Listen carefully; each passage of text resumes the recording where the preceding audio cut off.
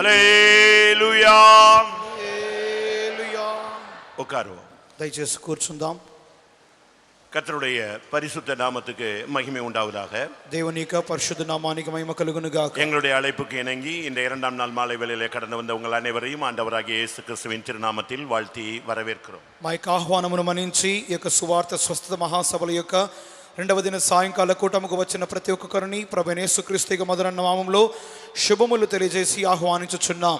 கர்த்தருடைய பரிசுத்த நாமத்துக்கு மகிமை உண்டாவதாக. దేవుని యొక్క పరిశుద్ధ నామానికి మహిమ కలుగును గాక. மத்தேயு எழுதின சுவிசேஷம் 20ஆம் அதிகாரம் 20ஆம் வசனத்திற்கு நம்முடைய கவனத்தை நாம் கொண்டு வருவோம். మత్తయి సువార్త 20వ అధ్యాయము 20వ వాక్యం వైపుగా మనకి ఏకాగ్రతను తిప్పుదము. అప్పుడు జెబెదయి కుమారుల తల్లి తన కుమారులతో ఆయన యొద్దకు వచ్చి నమస్కారము చేసి ఒక మనవి చేయబోగా, அப்பொழுது செபதேயுவின் குமாரருடைய தாய் தன் குமாரரோடு கூட அவரிடத்தில் வந்து அவரை பணிந்து கொண்டு உம்மிடத்தில் ஒரு விண்ணப்பம் பண்ண வேண்டும் என்றாள். கர்த்தருடைய பரிசுத்த நாமத்துக்கு மகிமை உண்டாவதாக. దేవుని యొక్క పరిశుద్ధ నామానికి మహిమ కలుగును గాక. ஒரு தாய் தன்னுடைய பிள்ளைகளோடு ஆண்டவராகிய இயேசு கிறிஸ்துவினிடத்திலே வந்து, நாங்கள் ஒரு விண்ணப்பத்தோடு வந்திருக்கிறோம், அந்த விண்ணப்பத்தை நீர் கேட்க வேண்டும் என்று அவரிடத்திலே வேண்டிக் கொண்டார்கள். ప్రభువైన యేసుక్రీస్తు యొద్దకు ఒక తల్లి వచ్చి, గమనింగ, నా యొద్ద ఒక మనవి కలదు, ఒక విన్నపము కలదు, ఆ యొక్క విన్నపమును దయచేసి ఆలకించుడి అని చెప్పి ఉన్నది. விண்ணப்பம் என்பது ஒவ்வொரு மனிதனும் தனக்காக பண்ணுகிற ஒரு காரியம். మనవి లేక విన్నపం అన్నది ఒక వ్యక్తి తన కొరకై తాను చేయునటువంటి కార్యము. மனித வாழ்க்கை தேவைகள் நிறைந்தது. మనుషుని యొక్క జీవితము పలు అవసరతలతో కూడినది. ஒரு தேவை முடியும் பொழுது அடுத்த தேவை கதவை தட்டுகிறது. ఒక అవసరత తీరినప్పుడు వేరొక అవసరత తలుపు తట్టుచున్నది. இந்த மாலை வேளையில கூட உங்களுக்கும் கூட பல விண்ணப்பங்கள் இருக்கும். ఈ యొక్క సాయంకాల సమయమందు కూడా మీరు కూడా పలు విన్నపములతో వచ్చి ఉండవచ్చును. ஏதாவது ஒரு தேவைகளோடு தான் நீங்கள் ஆண்டவருடைய சன்னிதானத்தை தேடி வந்திருப்பீர்கள். ఏదో ఒక అవసరతతోనే మీరు దేవుని యొక్క సన్నిధానమును వెతికి వచ్చి ఉన్నవారుగా ఉండవచ్చును. அந்த தாய்க்கு ஒரு விண்ணப்பம் இருந்தது. ఆ యొక్క తల్లికి ఒక మనవి ఉండెను. அந்த விண்ணப்பத்தை துணிந்து ஆண்டவருடைய சமூகத்தில் வந்து அவரிடத்தில் நேரடியாக அந்த விண்ணப்பத்தை அவள் வைக்கிறதை நீங்கள் பார்க்க இயலும். ఆ యొక్క తల్లి ధైర్యముతో ప్రభువైన యేసుక్రీస్తు ఎదుటకు వచ్చి తన యొక్క విన్నపమును ప్రభువైన యేసు ఎదుట ఉంచుటను గురించి మనం చూస్తున్నాం. பிரியமானவர்களே, இந்த மாலை வேளையில் உங்களில் எத்தனை பேருக்கு விண்ணப்பங்கள் இருக்கிறது? ప్రియమైన వారులారా, ఈ యొక్క సాయంకాలం అందు మీలో ఎంత మందికి విన్నపములు కలవు? எனக்கும் தேவைகள் இருக்கிறது, నాకును అవసరతలు కలవు. எனக்கும் இயேசுவினிடத்தில் அந்த பிரச்சனைகளை சொல்ல வேண்டியது இருக்கிறது அப்படி என்று உணர்கிறவர்கள், வாஞ்சிக்கிறவர்கள் ஒரு விசை உங்களுடைய கரங்களை உயர்த்துங்கள். నాకును అవసరతలు కలవు, నాకును పలు సమస్యలున్నవి, వాటిని ప్రభువైన యేసుక్రీస్తు చెప్పు నిమిత్తముగా నాకు సందర్భము కావాలని చెప్పుచున్న వారు చేతులు పైకెత్తలేవలను. హల్లెలూయా, హల్లెలూయా. நான் ஒரு நிமிடம் தருகிறேன். నేను ఒక నిమిషం మీకు ఇచ్చుచున్నాను. நீங்கள் இருக்கிற இடத்திலே அப்படியே கண்களை மூடுங்கள். మీరు కూర్చున్న చోట ఉన్న పలముగానే కన్నులు మూయుడి. நீங்கள் முடிந்த உடனே முன்னுக்கு வந்து உங்களுடைய விண்ணப்பத்தை சொல்ல வேண்டியதில்லை. இப்பொழுது இருக்கிற இடத்திலே கண்களை மூடி உங்களுடைய விண்ணப்பங்களை அவரிடத்தில் சொல்லுங்கள், பார்க்கலாம். కూటమి యొక్క చివరిలో మాత్రమే మీరు ముందుకు వచ్చి మీ యొక్క విన్నపములు చెప్పవలని కాదు, కానీ ఇప్పుడు ఉన్న చోట ఉన్న పలముగానే మీ కన్నులు మూసుకొని మీ యొక్క విన్నపములు దేవునికి తెలియజేయ నిమిత్తమ సమయం ఇచ్చుచున్నాను. வாயை திறந்து சத்தமிட்டு, ஆண்டவரே என்னுடைய காரியம் இதுவாய் இருக்கிறது என்று ஒரு விசை சொல்லுங்கள், பார்க்கலாம். నోరు బాగా బిగ్గరగా తెరిచి, దేవా నా అవసరత, నా విన్నపము ఈ రీతిగా ఉన్నదని నోరు తెరిచి గట్టిగా చెప్పుడి. விண்ணப்பத்தை கேட்கிறவர் இங்கே இருக்கிறார். విన్నపములు ఆలకించు దేవుడు మన మధ్యలో ఉన్నాడు. எத்தனை பேர் அதை விசுவாசிக்கிறீர்கள்? ఎంతమంది విశ్వసించుచున్నారు? என் விண்ணப்பத்தை கேட்கிறவர் வந்திருக்கிறார். నా విన్నపములు ఆలకించు దేవుడు నా మధ్యలో ఉన్నాడు.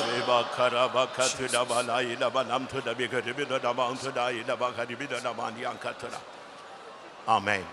கர்த்தருடைய பரிசுத்த நாமத்துக்கு மகிமை உண்டாவதாக. దేవుని యొక్క పరిశుద్ధ నామానికి మహిమ కలుగును గాక. மனித வாழ்க்கை எப்பொழுதும் தேவைகளும் பிரச்சனைகளும் போராட்டங்களும், சில நேரங்களிலே தென்றலும் சில நேரங்களிலே புயலுமாக வாழ்க்கை அமைந்து விடுகிறது. మనుషుని యొక్క జీవితం అనేది పలు విధములైన పోరాటములు, సమస్యలు, కష్టములు, అంత మాత్రమే కాక దక్షిణపు గాలులు బహుమైనటువంటి తుఫాను గాలులు రేగుచున్నటువంటి జీవితముగా ఉన్నది.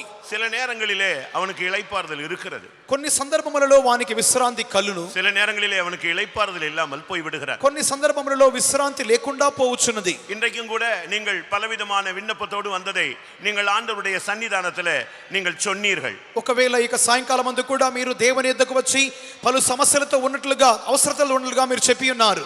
உங்களுடைய விண்ணப்பங்கள் எதுவாக இருந்தாலும் ஆண்டவர் இன்றைக்கு இந்த மாலை வேளையிலே அந்த விண்ணப்பத்தை சரி செய்கிறவராக, அவர் தீர்க்கிறவராக அவர் கடந்து வந்திருக்கிறார். మీ విన్నపములు ఏ రీతిగా ఉన్నప్పటికీ మీ విన్నపములు సరిచేయువాడుగాను తీర్చువాడుగాను ఆయన మన మధ్యలో ఉన్నారు. இன்றைக்கு மனிதனுக்கு இருக்கிற பிரச்சனைகள் தான் என்ன? ఈ యొక్క దినాలలో మనుషునికి ఉన్న సమస్యలేంటి? ஒன்று வியாதி, ఒకటి వ్యాధి, ஒன்று நிந்தை, మరొకటి నింద, மற்றொன்று ஒரு தெய்வீக வாழ்க்கை அற்ற ஒரு தன்மை, ఇంకొకటి దైవికమైన జీవితం లేని ఒక స్వభావము. சில நேரங்களிலே தேவ கோபங்கள் கூட நம்மேலே வந்து விடுகிறது. కొన్ని సందర్భముల్లో దేవుని కోపం కూడా మన మధ్యలో రగులు కొనుచున్నది. இப்படி பலவிதமான போராட்டங்கள் நமக்கு விரோதமாக எழும்புகிறதை நாம் காண முடியும். ఈ దినం ఈ విధముగా పలు పోరాటములు మనకు విరోధముగా లేచుట మనం చూడగలం. நீங்கள் எந்த நிலவரத்தில் வந்திருந்தாலும் சரி, మీరు ఏ స్థితిలో వచ్చినప్పటికీ సరే, நான் கொஞ்ச நேரம் இந்த விண்ணப்பத்தை குறித்து நான் பேசுகிறேன். కొంచెం సేపు నేను విన్నపమును గురించి మాట్లాడగోర్చున్నాను. அதற்கு பின்பு நான் அடுத்த பகுதிக்கு கடந்து செல்ல விரும்புகிறேன். అటు తరువాత భాగముకు వెళ్ళాలని కోరుచున్నాను. ஏனென்றால் உங்களுடைய விண்ணப்பங்கள் இன்றைக்கு சரி செய்யப்பட வேண்டும். ఎందుకనగా మీ విన్నపములు ఈ దినమందు సరి చేయబడవలెను. இதுவரை உன்னுடைய விண்ணப்பங்கள் கேட்கப்படாமல் இருந்தாலும் இன்றைக்கு விண்ணப்பத்தை கேட்கிறேன் என்கிற ஒரு பதிலோடு தேவன் வந்திருக்கிறார். ఇంత కాలము మీకు విన్నపములకు బదులు దొరకకపోయినప్పటికీ ఈ దినమందు నీ యొక్క విన్నపములు ఆలకించుచున్నాను అన్నటువంటి జవాబుతో మన దేవుడు వచ్చి ఉన్నాడు. இரண்டாம் ராஜாக்கள் 20ஆம் அதிகாரத்திலே நாம் பார்க்கும் பொழுது, రెండవ రాజులు 20వ అధ్యాయమునందు 3-5 వசனங்களிலே பார்க்கும் பொழுது 3-5 వాక్యములనందు ஒரு ராஜா கூட அவன் வியாதிப்பட்டான் என்று வேதம் சொல்லுகிறது. ఒక రాజు వ్యాధిగా ఉండెనని వాక్యం చెప్పుచున్నది. வியாதி என்றால் அது ஒரு சாதாரண வியாதி அல்ல. వ్యాధి అనగా అది సాధారణమైనది కాదు. ஒரே நாளில் இல்லாவிட்டால் 3 நாளில் தமிழ்ல சொல்லுவாங்க விருந்தும் மருந்தும் 3 நாள்னு. ஒரு வியாதி வந்தா 3 நாள் அது சரியாகணும் அப்படின்னு தான் அவங்க எதிர்பார்ப்பாங்க. ఒక వ్యాధి అన్నది తమిళ భాషలో ఒక సామెత ప్రకారముగా విందు కానివ్వండి లేకపోతే మందు కానివ్వండి 3 దినాల్లో సరి కావాలని, కానీ ఆ యొక్క వ్యాధి 3 దినాల్లో సరి కావాల్సింది. ஆனால் இன்றைக்கு வருகிற வியாதிகள் அப்படிப்பட்டது அல்ல. కానీ ఈ దినాల్లో వచ్చే వ్యాధులు ఆ రీతిగా ఉండట్లేదు. இன்னைக்கு அநேகருக்கு தீரா வியாதிகள் இருக்கிறது. ఇక దినాలలో అనేకులకు తీరని వ్యాధులు కలుగుచున్నవి. சிலருக்கு வெகுகால வியாதிகள் இருக்கிறது. అనేకులకు దీర్ఘకాల వ్యాధులు కలుగుచున్నవి. சிலருக்கு அந்த வியாதி மரணத்தை கொண்டு வந்து விடுகிறது. కొంతమందికి ఆ యొక్క వ్యాధి మరణమును తెచ్చుచున్నది. அது ராஜாவாக இருந்தாலும் சரி, ஏழையாக இருந்தாலும் சரி, అది రాజు అయినప్పటికీ బీదవాడైనప్పటికీ, அவன் படித்தவனா இருந்தாலும் சரி, படியாதவனாக இருந்தாலும் சரி, వాడు చదువుకున్నవాడు కానివ్వండి పామరుడు కానివ్వండి, அவன் பரிசுத்தவனாக இருந்தாலும் சரி, அவன் பாவியாக இருந்தாலும் சரி, అతడు పరిశుద్ధుడైనప్పటికీ పాపి అయినప్పటికీ எல்லாருக்கும் ஒரே விதமாய் சம்பவிக்கிறது என்று பிரசங்கி பேசுகிறான். ప్రసంగి అందరికీ ఒకే రీతిగా సంభవించుచున్నని చెప్పుచున్నాడు.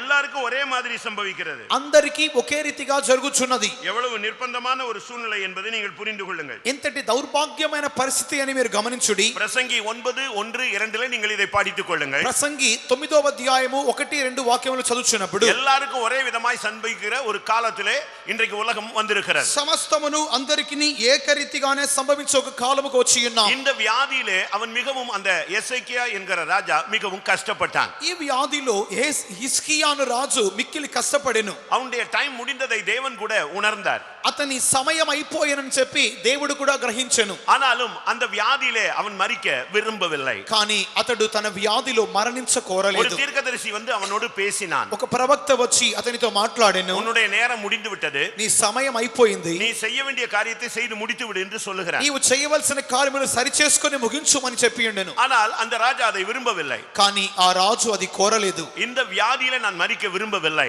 ఈ వ్యాధిలో నేను మరణించ కోరుటలేదు. உடனடியாக ஆண்டவரை நோக்கி அவன் மன்றாட ஆரம்பித்தான். వెంటనే దేవుని తేరి చూచి గోజాడుటకు ప్రారంభించెను. ஒரு சில நிமிடங்களிலே, కొన్ని నిమిషాలలో அந்த தேவனுடைய மனுஷன், அந்த தீர்க்கதரிசி உடனே கர்த்தரிடத்திலிருந்து ஒரு வார்த்தையை பெற்று அவனுக்கு 15 வருடங்கள் ஜீவிய நாட்கள் கூட்டி கொடுக்கப்பட்டதாக அதே மனுஷன் சொல்கிறார்.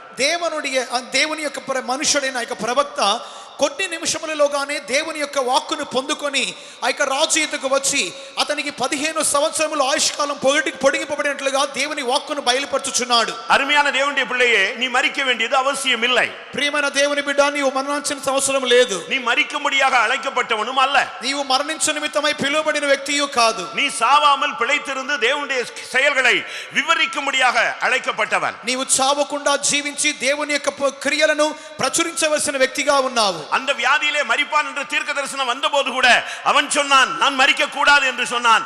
கர்த்தர் அவனை அந்த வியாதியிலே மரிக்க விடாமல் அவனை 3 நாளில் சுகமாக்கி மறுபடியும் அவனுக்கு 15 வருடங்கள் கூட்டி கொடுத்த தேவன் நம்முடைய தேவன். ఆ యొక్క వ్యాధి మూలముగా అతడు మరణించునని దేవుడు సెలవిచ్చినప్పటికీ ఈ వ్యాధిలో నేను చావకూడదని దేవుని యొక్క గోచాడినందువలన ఆ యొక్క దేవుడు అతడు తిరిగి 15 సంవత్సరములు తిరిగి జీవించు నిమిత్తముగా అతని యొక్క వ్యాధిని 3 దినముల్లో పరిష్కరించి తీర్చిన దేవుడు మన దేవుడు. நீ மரித்து விடு என்று பிசாசு பேசுவான். నీవు చనిపో అని అపవాది మాట్లాడును. நீ மரித்து விடுவாய் என்று சூழ்நிலைகள் உன்னோடு பேசும். నీవు చనిపోవుదు అని పరిస్థితులు మాట్లాడును. தீர்க்க தரிசிகள் கூட நீ செத்து போனதாக சொப்பனம் காண்பார்கள். ప్రవక్తలు కూడా నీవు చనిపోయిన రీతిగానే స్వప్నములు చూచుదురు. அல்ல, உன்னுடைய காலங்கள் தேவனுடைய கரங்களில் இருக்கிறது. లేదు, నీ కాలగతులు దేవుని వశములో కలవు. தேவன் அறியாமல் உனக்கு ஒன்றும் சம்பவியாது. దేవుడు ఎరుగక నీకు ఏమీ సంభవించదు. உன் தலையில் உள்ள முடியெல்லாம் எண்ணப்பட்டிருக்கிறது. నీ తలలోని వెంట్రుకలు ఎంచబడి ఉన్నవి. என் காலங்கள் தேவனுடைய கரங்களில் இருக்கிறது, நான் மரிப்பதில்லை, நான் ஜீவனோடு இருந்து கர்த்தருடைய செய்கைகளை விவரிப்பேன் என்ற நம்பிக்கை உள்ளவர்கள் கரங்களை உயர்த்தி ஒரு அல்லேலூயா சொல்லுங்க. నేను చనిపోను, నా కాలగతులు యెహోవా వశములో ఉన్నవి, నేను జీవించి ఆయన పుణ్యం ఆయన క్రియలు నేను వర్ణించుదని చెప్పుచున్న వారు గట్టిగా హల్లెలూయా చెప్పుడి.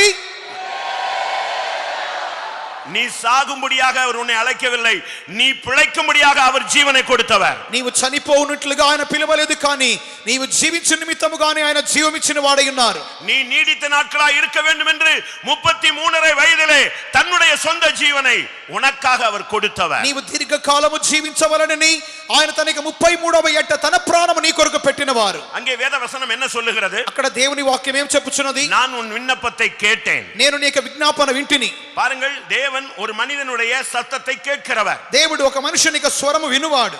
உன் கண்ணீரை நான் கண்டேன். నీ కన్నీళ్లు విడుచుట చూచితిని. அன்றைக்கு அவனுக்கு அந்த வியாதியிலிருந்து சுகம், அவனுக்கு நாட்களும் கூட்டி கொடுக்கப்பட்டது. ఆ దినమందు వ్యాధి నుండి బాగాయను, అతని యొక్క దినములు పొడిగింపబడెను. கர்த்தருடைய பரிசுத்த நாமத்துக்கு மகிமை உண்டாவதாக. దేవుని యొక్క పరిశుద్ధ నామము కలుగును గాక. 2 ராஜாக்கள் 2వ రాజులు 19 அதிகாரம் 19వ అధ్యాయం 19-20 வசனங்களிலே நாம் பார்க்கும் பொழுது 19-20 వాక్యములలో அங்கே ஒரு முற்றுகை போடப்படுகிறது. అక్కడ ఒక ముట్టడి వేయబడెను. அங்கே ஒரு நிந்தையான ஒரு சூழ்நிலை உண்டாகிறது. అక్కడ ఒక నింద కలుగుచుండెను. ஒரு அசிங்கமாக ஒரு ராஜாவை, அந்த ஜனத்தை சத்துரு, அந்த சேனாபதி பேசுகிறான். ఒక సైన్యాధిపతి ఒక దేశపు రాజును ఆ రాజ్యపు జనాంగములను అసహ్యమైన హేయమైన మాటలతో మాట్లాడుచుండెను. ஒரு நிருபத்தை கூட அனுப்புகிறான். ఒక పత్రిక కూడా పంపెను. தேவனை குறை சொல்லி, దేవుని కొరత మోపి, தேவ ஜனத்தை மிகவும் கேவலமாக நிந்திக்கிறான். దేవుని యొక్క జనులను మిక్కిలి హీనముగా నిందించుచుండెను. அருமையான தேவனுடைய பிள்ளையே, உன்னுடைய வாழ்க்கையில கூட ஒரு நிந்தையான பாதையில நீ போய் கொண்டிருக்கலாம். ప్రియమైన దేవుని బిడ్డ, నీ జీవితంలో కూడా ఒక నిందైనటువంటి మార్గములో వెలుచుండవచ్చును. மரண வியாதிகளை நீக்கும்படியாகத்தான் அவர் மரணத்தை ருசி பார்த்தவர். మరణ వ్యాధులను తీర్చి పరిహరించు నిమిత్తముగానే మరణమును రుచి చూచిన దేవుడు, நீ நிந்தையிலே போக கூடாது என்பதற்காகத்தான் அவர் பாளையத்துக்கு புறம்பே நிந்தைகளை சுமந்தார். నీవు నిందను మోయిచు ఉండకూడదని చెప్పి ఆయన పాలెము వెలుపట నిందను మోసుకొనేను. அந்த ராஜாவுக்கு ஒன்று முடியவில்லை. ఆ యొక్క రాజు సహింపలేకపోయాను. அந்த நிந்தையான அந்த லெட்டரை கொண்டு போய் தேவ சமூகத்துல வைத்தான். ఆ యొక్క నిందాపూరితమైనటువంటి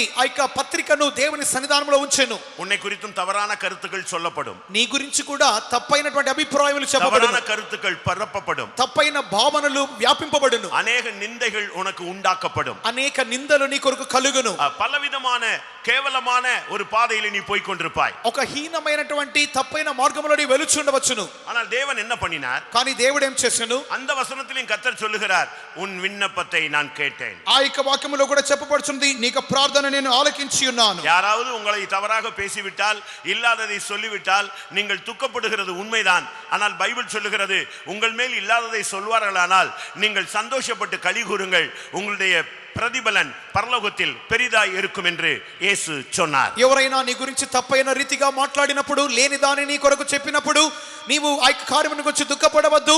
ఈ విధముగా మీ గురించి చెడ్డ మాటలలో పలికినప్పుడు మీరు సంతోషించి ఉచ్చరించి గంతులు వేయడని ప్రభువైన యేసుక్రీస్తు తామే సెలవిచ్చెను. அருமையான சகோதரனே, நீ வியாதியிலே போய் கொண்டிருக்கிறாயா? ప్రియమైన సహోదరుడా, నీవు వ్యాధిలో వెలుచున్నావా? இல்லாவிட்டால் நிந்தையின் பாதையில் போய் கொண்டிருக்கிறாயா? నిందైన మార్గములో వెలుచున్నావా?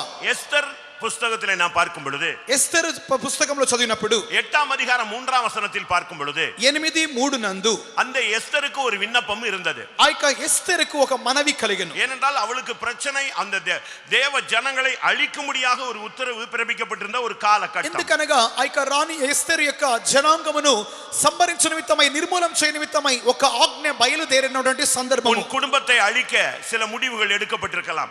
ఒక కుటుంబమును నీ కుటుంబం నిర్మూలం చేయ నిమిత్తమై కొన్ని తీర్మానాలు చేయబడి ఉండవచ్చును. உன் பிள்ளைகளை அழிக்க பல தீர்மானங்கள் எடுக்கப்பட்டிருக்கலாம். నీ పిల్లలను నిర్మూలం చేయ నిమిత్తమై పలు తీర్మానాలు చేసి ఉండవచ్చును. உன்னுடைய வாழ்க்கைக்கு விரோதமாக அநேக காரியங்கள் எழுப்பப்பட்டிருக்கலாம். నీ జీవితముకు విరోధముగా అనేక కార్యములు లేచి ఉండవచ్చును. உன் சந்ததியை அழிக்கும்படியாக பிசாசு முற்பட்டு கொண்டிருக்கலாம். నీ సంతతిని నిర్మూలం చేయ నిమిత్తమై అపవాది ప్రేరేపించబడి ఉండవచ్చును. அந்த இடத்துல எஸ்தர் ஒரு விண்ணப்பத்தை ராஜாவின் இடத்துல ஏறெடுக்கிறார். అక్కడ ఎస్తరు రాజు ఎదుట ఒక కన్నీళ్లతో ఒక మనవి చేసెను. வேதம் என்ன சொல்லுகிறது? వాక్యం ఏం చెప్పుచున్నది? அன்றைக்கு அந்த விண்ணப்பத்தை தேவன் கேட்கிறார். ఆ రోజు దేవుడు ఆ యొక్క విజ్ఞాపన ఆలకించెను. அன்றைக்கு ராஜா எழுதின தீர்ப்பே மாற்றப்பட்டது. ఆ దినమందు రాజు తాను చేసినటువంటి తీర్పు మార్చి ఉన్నాడు. காரியம் மாறுதலாய் முடிந்தது என்று வேதம் சொல்லுகிறது. కార్యమునది వ్యతిరేకముగా మార్చబడి చెప్పబడుచున్నది. அருமையான ஜனமே, உனக்கு விரோதமாக பலவிதமான காரியங்கள் தீர்மானிக்கப்பட்டிருக்கலாம். எல்லா தீர்மானங்களையும் உடைக்கிற ஒரு கர்த்தர், எல்லா முத்திரைகளையும் உடைக்க பாத்திரர் ஆண்டவராகிய இயேசு கிறிஸ்து. ప్రియమైన దేవుని బిడ్డ, నీకు విరోధముగా పలు విధములైన తీర్మానములు ఆలోచనలు చేయబడి ఉండవచ్చును, కానీ మన దేవుడు అటువంటి తీర్మానములు బద్దలు చేయవాడును. నీకు విరోధముగా పుట్టించబడినటువంటి ప్రతి కార్యములను ఆయన మార్చు శక్తివంతమైన దేవుడు. தேவ ஜனங்களை அழிக்கும்படியாக பல தீர்மானங்கள் எழுப்பப்பட்டு கொண்டிருக்கிற காலம் இது. దేవుని జనాంగం నిర్మూలం చేయ నిమిత్తమై పలు తీర్మానములు రేగుచున్నటువంటి పుట్టుచున్న కాలం ఇది. ஆனால் அத்தனை தீர்ப்புகளையும் மாற்றக்கூடிய தேவன் நம்முடைய தேவன். కానీ అన్ని తీర్పులను మార్చు దేవుడు మన దేవుడు. கர்த்தருடைய பரிசுத்த நாமத்துக்கு மகிமை உண்டாவதாக. దేవునికి పరిశుద్ధ నామము కలుగును గాక. நாம் செய்த தவறுகள், మనం చేసిన తప్పులు, நாம் செய்த புத்திஹீனங்கள், మనం ఇక బుద్ధిహీనతలు, நம்முடைய பிள்ளைகள், நம்முடைய புருஷன், நம்முடைய மனைவி, இப்படிப்பட்ட யாராவது செய்த தவறுகள், మనకి పిల్లలు, భార్య, భర్త చేసినటువంటి తప్పులు சில நேரங்களிலே அது தேவ கோபமாக மாறி இருக்கலாம். కొన్ని సందర్భములలో అది దేవుని కోపముగా మారి ఉండవచ్చును. ஆனால் இன்றைக்கு நீ விண்ணப்பம் பண்ணினால் தேவன் இறங்கி அந்த தேவ கோபத்தை உன் குடும்பத்திலிருந்து அவர் மாற்ற வல்லவர். కానీ ఈ దినమందు నీ విన్నపం చేసినట్లయితే దేవుడు కరుణించి కనికరము చూపి నీ కుటుంబముకు విరోధముగా లేగిన ఆ యొక్క కోపమును మార్చ సమర్థుడు. 2ஆம் ராஜாக்கள் 22ஆம் அதிகாரம் 19-20 வசனங்களிலே நீங்கள் இதை காண இயலும். 2వ రాజులు 22వ అధ్యాయము 19-20 వాక్యములలో ఈ కార్యమును మనం చూడగలం. கர்த்தருடைய பரிசுத்த நாமத்துக்கு மகிமை உண்டாவதாக. దేవునికి పరిశుద్ధ నామము కలుగును గాక. இன்றைக்கும் கூட பல தேவ கோபங்கள், நியாய தீர்ப்புகள் நம்மேலே நிலை நின்று கொண்டிருக்கிறது. ఈ దినాలలో కూడా పలు న్యాయ తీర్పులు దేవుని కోపములు మన మీద నిలబడుచున్నవి. அந்த நினிவே பட்டணத்துக்கு ஒரு நியாய தீர்ப்பு கொடுக்கப்பட்டு விட்டது. ఆ యొక్క నినివే పట్టణముకు ఒక న్యాయ తీర్పు తీర్చబడెను. அதற்காக ஒரு தீர்க்கதரிசி அனுப்பப்பட்டு விட்டான். అందు నిమిత్తమై ఒక ప్రవక్త పంపబడెను. நாட்கள் குறிக்கப்பட்டது. దినములు గుర్తింపబడెను. இன்னும் 40 நாட்கள் என்று முடிவு செய்யப்பட்டது. ఇక మీదట 40 దినములు నియమింపబడెను. ஆனால் தேவன் அந்த ஜனத்தினுடைய விண்ணப்பத்தை கண்டார், கேட்டார். కానీ దేవుడు ఆ యొక్క జనము యొక్క విన్నపమును ఆలకించి ఉన్నాడు, చూచి ఉన్నాడు. கர்த்தருடைய பரிசுத்த நாமத்துக்கு மகிமை உண்டாவதாக. దేవునికి పరిశుద్ధ నామము కలుగును గాక. 1 சாமுவேலிலே 1ஆம் அதிகாரத்தை நாம் பார்க்கும் பொழுது, మొదటి సమూయేలు మొదటి అధ్యాయములో 10ஆம் வசனம் 12ஆம் வசனங்களை நீங்கள் கண்ணோக்கும் பொழுது 10-12 వాక్యములు చూస్తున్నప్పుడు அங்கே ஒரு பெண் அவள் தாயாக முடியாமல் தவித்துக் கொண்டிருந்தாள். అక్కడ ఒక స్త్రీ తాను తల్లి కాలేకుండా తప్పించుచుండెను. அவளுக்கு விவாகம் ஆகிவிட்டது. ఆమెకు వివాహమాయెను. ஆனால் பிள்ளை இல்லை. కానీ పిల్లలు లేరు. அவள் அதற்காக எவ்வளவோ பிரயாசப்படுகிறாள். అందు నిమిత్తమై ఆమె ఎంతగానో శ్రమ పొందెను. நாட்கள் போன போது அந்த பிள்ளை இல்லாத தன்மை ஒரு நிந்தையாக மாறினது. దినములు గతించగా ఆమె యొక్క గొడ్రాలుతనమన్నది నిందగా మారెను. அவளுடைய புருஷன் இன்னொருத்தியை கல்யாணம் கட்டி கொண்டான். ఆమె యొక్క భర్త ఇంకొక స్త్రీని వివాహం చేసుకొనెను. அவளுக்கு பிள்ளைகள் பிறந்தது. ఆమెకు పిల్లలు పిల్లలు కలిగిరి. இப்போ புருஷன் இவளை நேசித்தது போல தென்பட்டாலும் ఇప్పుడైతే భర్త ఈమెను ప్రేమించినట్లుగా అనిపించినప్పటికీ அவன் அடுத்தவளை கல்யாணம் கட்டி விட்டான். కానీ అతడు ఇంకొక స్త్రీని వివాహం చేసుకొనేను. அவளுக்கு பிள்ளைகள் பிறந்தபடினால் இவளை அற்பமாக எண்ணினாள். ఆమెకు పిల్లలు కలిగినందువలన ఈమెను అల్పముగా హీనముగా ఎంచెను. வருஷம் வருஷம் இது ஒரு பெரிய வேதனையாக இருந்தது. సంవత్సరం ఇది వేదనకరముగా మారెను. அருமையான தேவனுடைய பிள்ளையே, ప్రియమైన దేవుని బిడ్డ, உன்னுடைய வாழ்க்கையிலும் கூட నీ జీవితంలో కూడా இந்த உலகத்திலே உனக்கு ஒரு குழந்தை இல்லாமல் நீ தவித்துக் கொண்டிருக்கலாம். ఈ లోకములో నీకు సంతానము లేకుండా నీవు మూలుగుచుండవచ్చును. இன்றைக்கு கர்த்தர் உனக்கு ஒரு வாக்கு கொடுக்கிறார். ఈ దినమందు నీకు ఒక దేవుడు వాక్కు ఇచ్చుచున్నాడు. வேதம் சொல்லுகிறது அவள் விண்ணப்பம் பண்ணினாள். వాక్యం చెప్పుచున్నది ఆమె విన్నపము చేసెను. அது இரண்டு பகுதியிலே எடுத்துக்கொள்ளலாம். అది రెండు విధములుగా తీసుకొనవచ్చును. ஒன்று எழுத்தின் பிரகாரமான குழந்தை, இரண்டாவது ஜெய ஜீவியமான ஆண் பிள்ளை. మొదటిదిగా శరీర ప్రకారమైనటువంటి బిడ్డ, రెండవదిగా ఆత్మీయ జయ జీవితం అనే మగబిడ్డ. ஒரு பாஸ்டர் வெளிநாட்டிலே போய் பிரசங்கம் பண்ணும்படியாக ஒரு தீர்க்கதரிசியான பாஸ்டர் போயிருந்தார். ఒక పాస్టర్ గారు, ప్రవక్తగా ఉన్నటువంటి పాస్టర్ గారు పాశ్చాత్య దేశంలో ప్రసంగించే నిమిత్తమై వెళ్ళి ఉన్నారు. அவர் ஒவ்வொரு இடத்துக்கும் போய் 3 நாள் 2 நாள் கூட்டம் நடத்துவார். ఒక్కొక్క చోటుకి వెళ్ళి 3 దినాలు 2 దినాలు కూటాలు జరిపిస్తుండేవారు. யார் வந்தாலும் ஒரு தீர்க்கதரிசனம் சொல்லுவார். ఎవరు వచ్చినప్పటికీ ప్రవచనం చెప్పుదురు. ஒரு నాட்டுకు போன போது ఒక దేశానికి వెళ్ళినప్పుడు அந்த கூட்டம் முடிகிறது. కూటం ముగించబడే సందర్భం, கூட்டம் முடிகிற கடைசி நேரத்துல కూటం అయిపోయే సందర్భములో ஒரு வயதான தம்பதிகள் வந்தார்கள். ఒక వయసైనటువంటి దంపతులు వచ్చి ఉన్నారు. அவர்களை பார்த்த உடனே వారిని చూచిన గాని ஒரே வார்த்தையில சொல்லிவிட்டார். ఒకే మాట చెప్పాడు, கர்த்தர் உங்களுக்கு ஒரு குழந்தை தருவார். దేవుడు మీకు సంతానం ఒక బిడ్డనిచ్చును. அவங்க கிட்ட வர்றதுக்குள்ள சொல்லிட்டார். వారు దగ్గరికి రాకముందుగానే చెప్పేశాడు. அவங்க ரெண்டு பேரும் சொன்னாங்க, వారిద్దరు చెప్పారు, எங்களுக்கு குழந்தை இல்லை என்பது உண்மை, మాకు బిడ్డలు లేరనేది నిజం, குழந்தை வேணுங்கிறது எங்களுடைய ஆசை, మాకు బిడ్డలు కావాలనేది మా ఆశ. நீங்களும் அழகான ஒரு தீர்க்கதரிசனம் சொல்லிட்டீங்க, మీరు కూడా ఒక మనోహరముగా ఒక ప్రవచనం చెప్పేశారు, உங்களுக்கு குழந்தை கிடைக்கும் கர்த்தர் சொல்றாருன்னு சொல்லிட்டீங்க, మీకు బిడ్డలు కలుగునని మీకు చెప్పేశారు, బాగుంది. ஆனா உண்மையான பிரச்சனை என்ன தெரியுமா? కానీ నిజమైన సమస్య ఏంటో తెలుసా? எங்களுக்கு குழந்தை இல்ல, మాకు బిడ్డలు లేరు, குழந்தை வேணும், బిడ్డలు కావాలి, குழந்தை உண்டுன்னு உனக்கு தீர்க்கதரிசனம் நீங்களும் சொல்லிட்டீங்க, బిడ్డలు కావాలని ఒక ప్రవచనం మీరు చెప్పేశారు. ஆனா உண்மை என்ன தெரியுமா? కానీ నిజమేం తెలుసా? என்னுடைய மனைவிக்கு கர்ப்பப்பையே இல்ல, கர்ப்பப்பையை நீக்கி விட்டார்கள் என்று சொன்னாங்க. నా యొక్క భార్యకు గర్భసంచి లేదు, గర్భసంచి తొలగించారని చెప్పాడు. இந்த பாஸ்டருக்கு ஒண்ணுமே ஓடல. தீர்க்கதரிசனம் சொன்னவர் திகைச்சிட்டாரு. ఈ యొక్క పాస్టర్ గారికి ఏం చేయాలో పాలు పోలేదు, అయ్యో ప్రవచించేసేంది అని చెప్పి భయపడిపోయాడు. கர்ப்பப்பையே நீக்கிட்டாங்க அப்படின்ன உடனே இவருக்கு இனிமே எங்க குழந்தை, அப்ப நம்ம சொன்ன தீர்க்கதரிசனம் பொய்யா யுச்சோன்னு சொல்லிட்டு சோத்திரன்ட்டு கர்த்தர் சொன்னேன்னு சொல்லிட்டு ஜெபிச்சு அட்ஜஸ்ட் பண்ணிட்டு வந்துட்டார், இந்தியாவுக்கு வந்து சேர்ந்தார். అయ్యో గర్భసంచి తొలగించేసామంటున్నారు కదా, నేనేమో దేవుడు చెప్పాడు వాక్ అని చెప్పి నేను మీకు బిడ్డ కలుగుని చెప్పినాను అని చెప్పి ఏదో రీతిగా మీకు దేవుడు చెప్పిన మాట వాక్ అని చెప్పి వారికి ప్రార్థించి బయలుదేరి ఇండియాకి వచ్చేసాడు. அவருக்கு வந்ததுல இருந்து ஒரு போராட்டம் వచ్చింది మొదలుకొని ఒక పోరాటం. கர்ப்பப்பையை நீக்கினவங்களை பார்த்து குழந்தை இருக்குன்னு எப்படி ஆவியானவர் சொன்னாரு? గర్భసంచి తీసేసిన వాళ్ళను ఆత్మదేవుడు చూచి మీకు బిడ్డ కలుగుని ఏ రీతిగా చెప్పమని చెప్పాడు. பொய் தீர்க்க தரிசனமா போயிடுச்சு. అయ్యో నాది అబద్ధ ప్రవచనం అయిపోయిందే. அடுத்த வருஷமும் அதே ஏரியாவில் ஊழியத்துக்கு கூப்பிட்டாங்க. తర్వాత సంవత్సరం అదే స్థలములకు సేవ నిమిత్తం పిలిచారు. நான் வரவே மாட்டேன்ட்டார். నేను రానన్నాడు. நான் மீட்டிங்கே வரமாட்டேன்னு சொல்றேன். కూటానికి రానన్నాడు. ஃபாரின் ட்ரிப் எனக்கு வேண்டான்ட்டார். పాశ్చాత్య దేశంకి ప్రయాణమే వద్దన్నాడు. ஆனா போக வேண்டிய கண்டிஷனும் நெருக்கமும் வந்துருச்சு. கடைசியில் போக வேண்டிய ஒரு கண்டிஷன். அப்ப ஆண்டவர்கிட்ட சொன்னாரு, நான் போவேன், அவங்க 2 பேரும் மட்டும் வரக்கூடாது. అతడు వెళ్ళవలసిన గత్యంతరం వచ్చినది, వెళ్ళవలసిన విధంగా బలవంతం చేస్తున్నారు. అతనికి ప్రయాణం సిద్ధపడను, ఖరారయ్యను. అతడు ఇక వెళ్ళటకు సిద్ధమయ్యాను. కానీ దేవుని అడిగాడు, నేను వెళ్తాను కానీ వారిరువురు నా దగ్గరికి కూటానికి రాకూడదు. எல்லா ஊர்லயும் ஊழியம் செஞ்சாரு, అన్ని చోట్ల సేవ చేశాడు. இப்ப அந்த குறிக்கப்பட்ட ஊர்ல அதே சிட்டில போய் அதே மாதிரி மீட்டிங், తిరిగి అదే సిటీలో కూటం జరుగుతున్నది. முதல் நாள் கூட்டம் முடிந்தது. మొదటి దినం కూటమైంది. எட்டி பார்த்தாரு, அந்த 2 பேரையும் காணோம். ரைட்டு, ஆண்டவர் காப்பாத்திட்டாருன்னு சொல்லிட்டாரு. తొంగి చూశాడు, పర్వాలే రాలేదు, దేవుడు కాపాడాడు అనుకున్నాడు. రెండవ நாள் பார்த்தாரு, அவங்க வரல. ரைட்டு, ఆండவர் நம்மோடு இருக்கிறார். రెండవ దినం అందు కూడా చూశాడు, వారు రాలేదు. సరే పర్వాలేదు, దేవుడు మనతో ఉన్నాడు. மூணாவது நாள் பார்த்தா கூட்டம் முடிஞ்சிருச்சு. ரொம்ப சந்தோஷமா கிளம்புற நேரத்துல பார்த்தா அந்த 2 பேரும் அப்படியே வந்துகிட்டு இருக்காங்க. మూడవ దినమందు కూటమంతా అయిపోయింది, పర్వాలే ఆపద తప్పిందని సంతోషంగా బయలుదేరేటప్పుడు వారు ఇరువురు వచ్చారు. இவர் எட்டி பார்த்தாரு, கையில குழந்தை வச்சிருக்காங்களான்னு. அவங்க 2 பேரும் எம்டியா தான் வந்துகிட்டு இருந்தாங்க. వీరిరువురు వస్తున్నారు. తొంగి చూస్తున్నాడు, చేతులు ఏదైనా బిడ్డ ఉందా అని చెప్పి వీరు ఖాళీ చేతులతో వస్తున్నారు. நினிவேல யோனா சொன்ன மாதிரி, இதுக்குத்தான் நான் வரமாட்டேன்னு சொன்னேன் அப்படின்னு ஆண்டவர்கிட்ட இவருக்கு அவங்க அவ்வளவு தூரத்துல வர்றதுக்குள்ளேயே இவருக்கும் ஆண்டவருக்கும் பயங்கர பிரச்சனை ஆயிடுச்சு.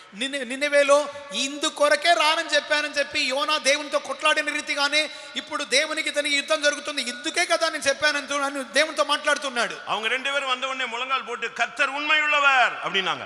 వారిరువురు అతని దగ్గరికి రాగానే మోకరించి దేవుడు నమ్మకస్తుడు అన్నారు. தேவன் தன்னுடைய வார்த்தையில வல்லமை உள்ளவர்னு சொன்னாங்க. దేవుడు తన వాక్కులో శక్తిమంతుడు అన్నారు.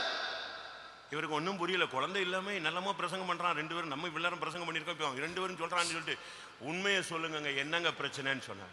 అతడు అనుకున్నాడు వీరు మనకంటే బాగా ప్రసంగం చేస్తున్నారు, దేవుడు నమ్మకస్తుని చెప్పి బిడ్డలు లేరని చెప్పినప్పుడు వీరు బాగా మాట్లాడుతున్న వెంటనే ఏంటన్నాడు, ఏంటి విషయం చెప్పండి అన్నారు. அவங்க சொன்னாங்க கர்ப்பப்பையை நீக்கினது உண்மை, ஆனால் கர்த்தர் புதிதான ஒரு கர்ப்பப்பையை உருவாக்கி ஒரு குழந்தையை இப்போ உருவாக்கி இருக்கிறாரு. இப்போ தான் மெடிக்கல் செக்அப் முடிஞ்சு நாங்கள் வர்றோம்னு சொன்னாங்க.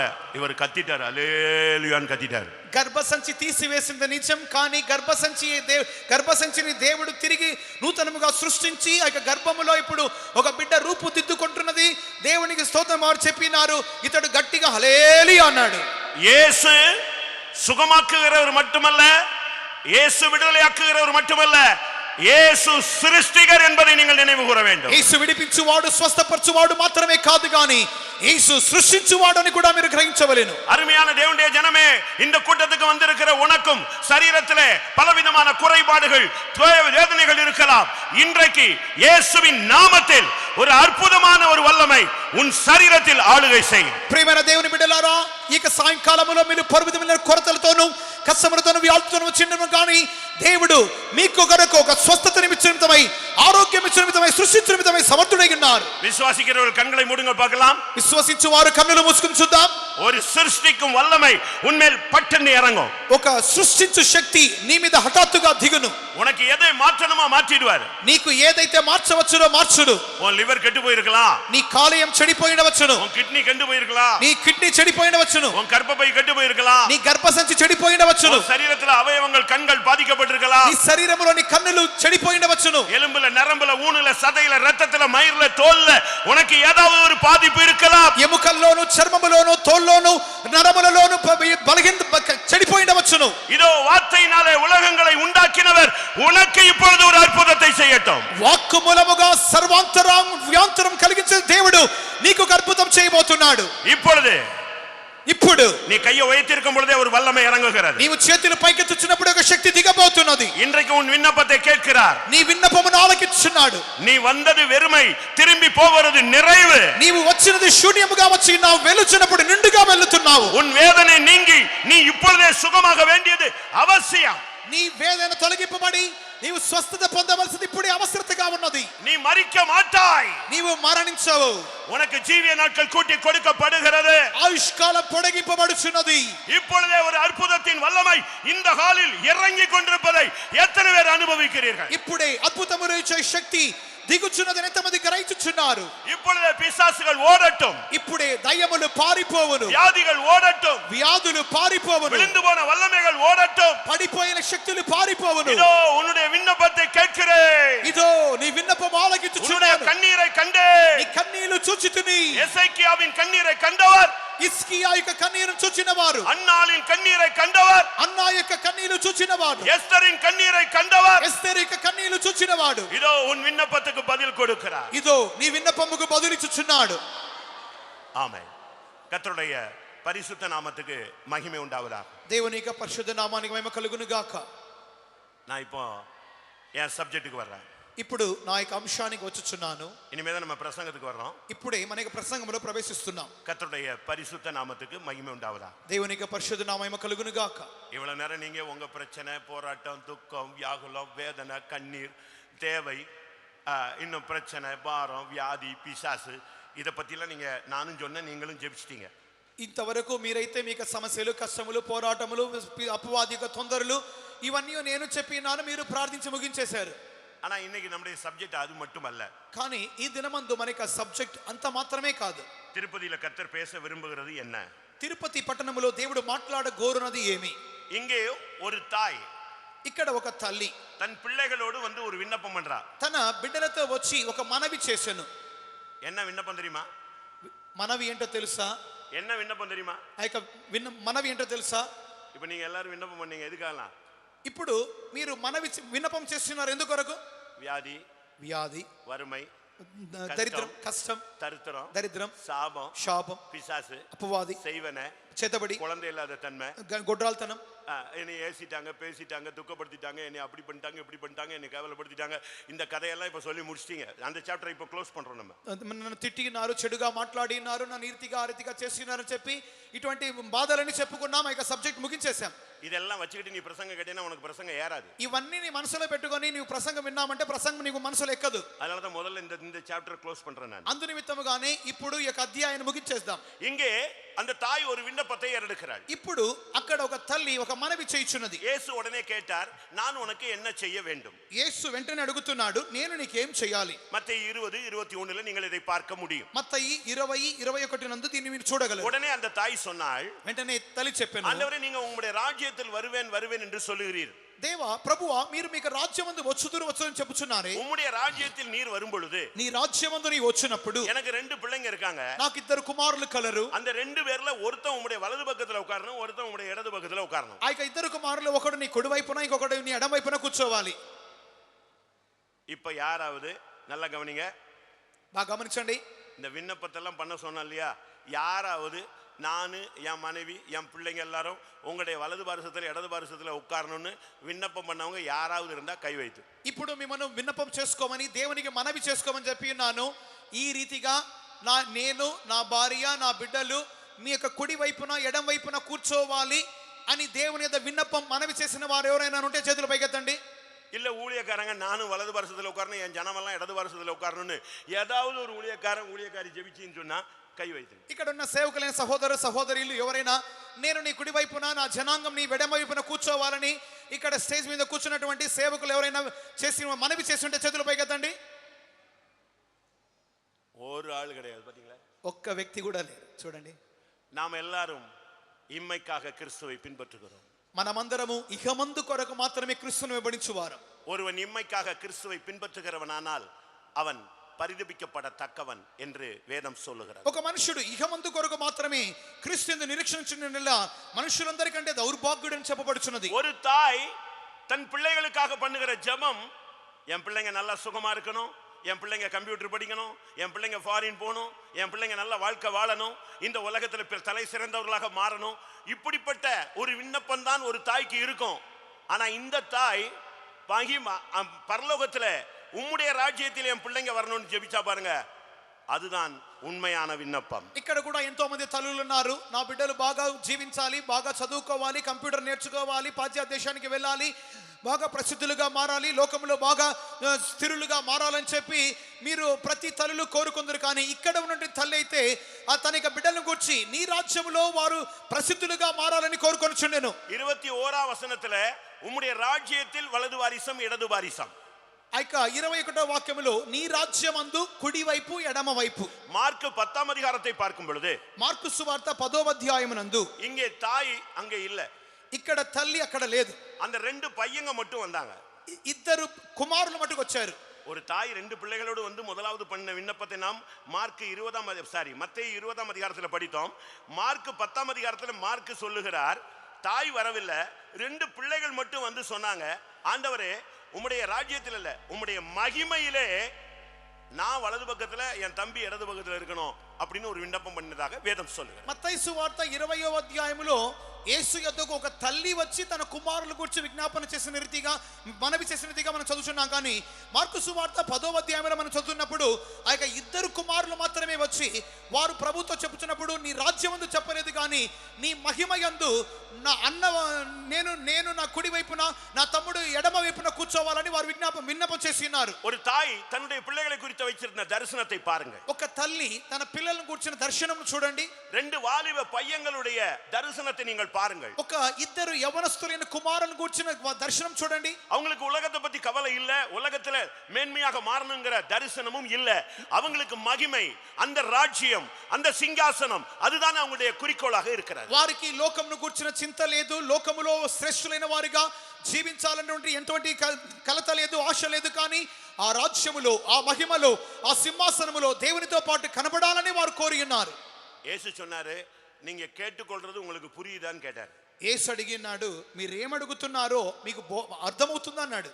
அந்த மகிமையில, அந்த ராஜ்யத்துல, அந்த சிங்காசனத்துல வலது பக்கத்துல இடது பக்கத்துல உட்காரணும்னா என்னெல்லாம் பண்ண வேண்டி இருக்குதுன்னு உனக்கு தெரியுமா அப்படின்னு இயேசு கேட்டார். ఆ యొక్క రాజ్యములో ఆ మహిమలో ఆ సింహాసనములో కుడి వైపున ఎడమ వైపున కూర్చోవడానికి ఏవైతే చేయాలో మీకు తెలుసునా అని అడిగినారు. இயேசு சொன்னாரு, యేసు చెప్పినారు, நான் பெரும் ஸ்நானத்தை உங்களால் பெறக்கூடுமா? నేను పొందు బాప్తిస్మమును మీరు పొందగలరా? நான் குடிக்கும் பாத்திரத்துல நீங்கள் பானம் பண்ணுவீர்களா? నేను త్రాగునటువంటి గిన్నెలోంది మీరు త్రాగగలరా? அம்மாவும் 2 பிள்ளைகளும் ரொம்ப தெளிவா இருக்கிறா. తల్లియు 2 కుమారులను చాలా తేటగా స్వస్థ బుద్ధితో ఉన్నారు. உடனே சொன்னாங்க, ஆண்டவரே நீர் குடிக்கும் பாத்திரத்தில் நாங்கள் பானம் பண்ணுவோம், நீர் பெரும் ஸ்நானத்தை நாங்கள் பெறுவோம். వెంటనే వారు జవాబు తక్కువని చెప్పినారు. నీవు పొందిన బాప్తిసం మేము పొందుకుదుము, నీవు త్రాగిన గిన్నెలోంది మేము త్రాగుదుము. இயேசு ஆச்சரியப்பட்டாரு. యేసు ఆశ్చర్యపడెను. கேட்டது பரல மகிமையில ஒரு இடம், அடிகிந்தி அதுக்கு நீ பெறுகிற ஸ்நானத்தை எல்லாம் பெற்றுருவியான்னு கேட்கிறாரு. சரிங்கிறான். அவன் எதுக்குமே ரெடி, அவனுக்கு வேண்டியது மகிமை. వారు పరలోకములో మహిమలో స్థానమును అడుగుచున్నారు.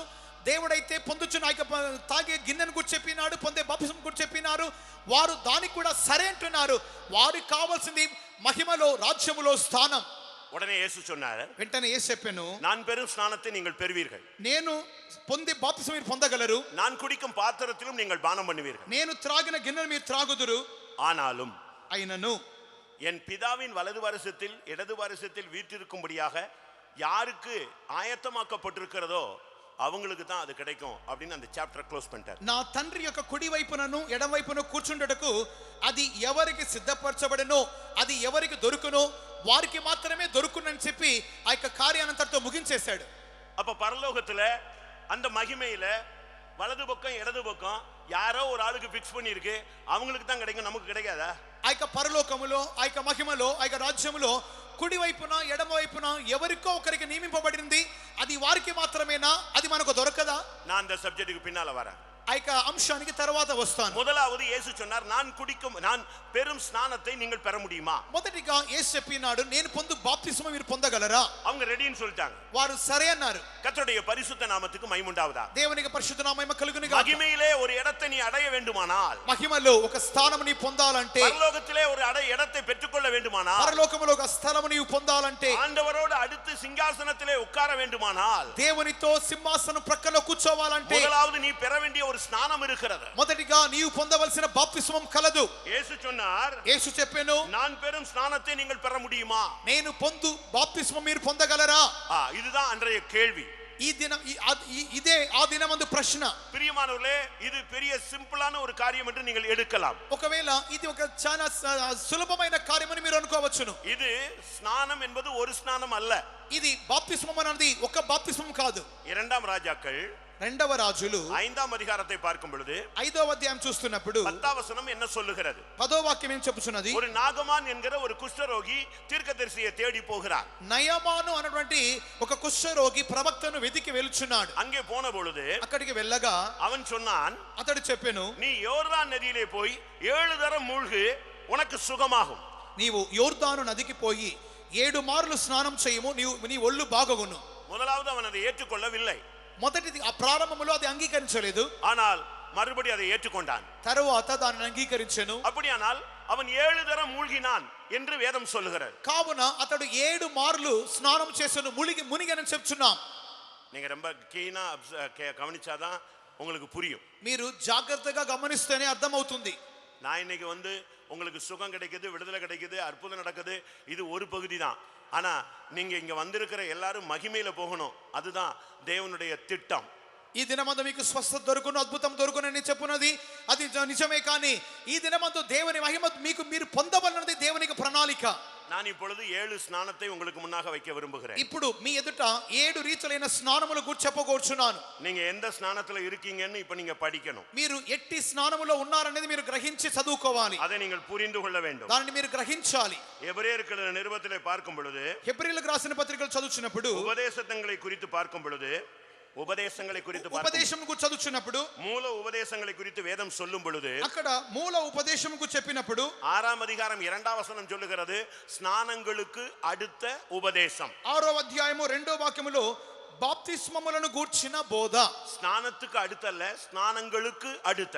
బాప్తిస్మము ఏకవచనంలో చెప్పక బాప్తిస్మములు బహువచనములు చెప్పబడిన బోధ. இன்றைக்கு உலகத்துல பலவிதமான ஞானஸ்நானங்கள் கொடுக்கப்படுகிறது. ఈ లోకములో పలు రీతులైన బాప్తిస్మములు ఇవ్వబడుచున్నది. அதே உங்களுக்கு தெரியும். అది మీకు తెలియను. குழந்தைகளுக்கு கொடுக்கிறார்கள், చంటి బిడ్డలకు ఇస్తున్నారు, இயேசுவின் நாமத்துல கொடுக்கிறார்கள். యేసు నామములో ఇస్తున్నారు. பைபிள்ல சொல்லிருக்கு செத்தவங்களுக்கு கூட ஞானஸ்நானம் எடுத்தார்கள்.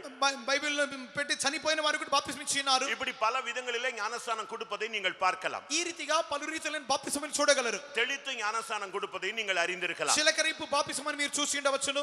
ஆனால் வேதம் என்ன சொல்லுகிறது? కానీ వాక్యం ఏం చెబుతున్నది? ஞானஸ்நானம் என்பது மிகவும் முக்கியமானது. బాప్తిస్మము మిక్కిలి ముఖ్యము. ஒருவன் இயேசுவை ஏற்றுக்கொண்டால் ఒకడు యేసును అంగీకరిస్తే சரியான ஞானஸ்நானம் எடுக்க வேண்டியது அவசியம். సరైన బాప్తిసం పొందాలి. அது சரியா எடுக்கலன்னு சொன்னா அது ஒரு பிறப்பு சரியில்லைன்னா வளர்ச்சியும் சரி இருக்காது. సరైన పుట్టుక అంటే సరైన బాప్తిసం అనగా అది ఒక పుట్టుకగా చెప్పబడుచున్నది. సరైన పుట్టుక లేకపోయినట్లయితే సరైన ఎదుగుదల ఉండదు. பிறக்கும் போதே குருடா பிறந்துட்டா பிரயோஜனம் இல்லாம போயிடும். పుట్టేటప్పుడే గుడ్డివారిగా పుడితే ప్రయోజనం లేకుండా పోవును. பிறக்கும் போதே சப்பானியா பிறந்துட்டா ஒண்ணுமில்லாம போயிடும். పుట్టేటప్పుడే కుంటివాడిగా పుడితే ప్రయోజనం లేకుండా పోవును. அதனாலதான் ஜலத்தினால் பிறப்பது என்று வேதம் சொல்லுகிறது. అందుకొరకే నీటి మూలముగా జన్మించుట అని చెప్పబడుచున్నది. அதனால பிறப்பு மிகவும் முக்கியம். అందుకొరకే పుట్టుక చాలా ముఖ్యం. முதலாவது ஞானஸ்நானம் என்பது మొదటి బాప్తిస్మం అనున్నది ஜலத்தினாலே ஞானஸ்நானம் எடுப்பது. నీటి మూలముగా బాప్తిస్మము. ஞானஸ்நானத்தினுடைய சரியான அர்த்தம் மூழ்குதல். బాప్తిస్మం యొక్క సరైన అర్థము ముంచబడుట. அதை மறுஜென்ம முழுக்கு என்று தீத்து 3:5 சொல்லுகிறது. తీతు 3వ అధ్యాయము 5వ నందు పునర్జన్మ సంబంధమైన స్నానము బాప్తిస్మం చెప్పబడుచున్నది. நீங்க எல்லாரும் ஞானஸ்நானம் எடுத்திருக்கலாம். మీరందరూ బాప్తిస్మం పొంది ఉండవచ్చును. ஞானஸ்நானம் எடுத்தவங்க எல்லாம் கை வைத்து ஒரு அல்லேலூயா சொல்லுங்க. బాప్తిస్మం పొందిన వారు చేతులు హల్లెలూయా చెప్పండి.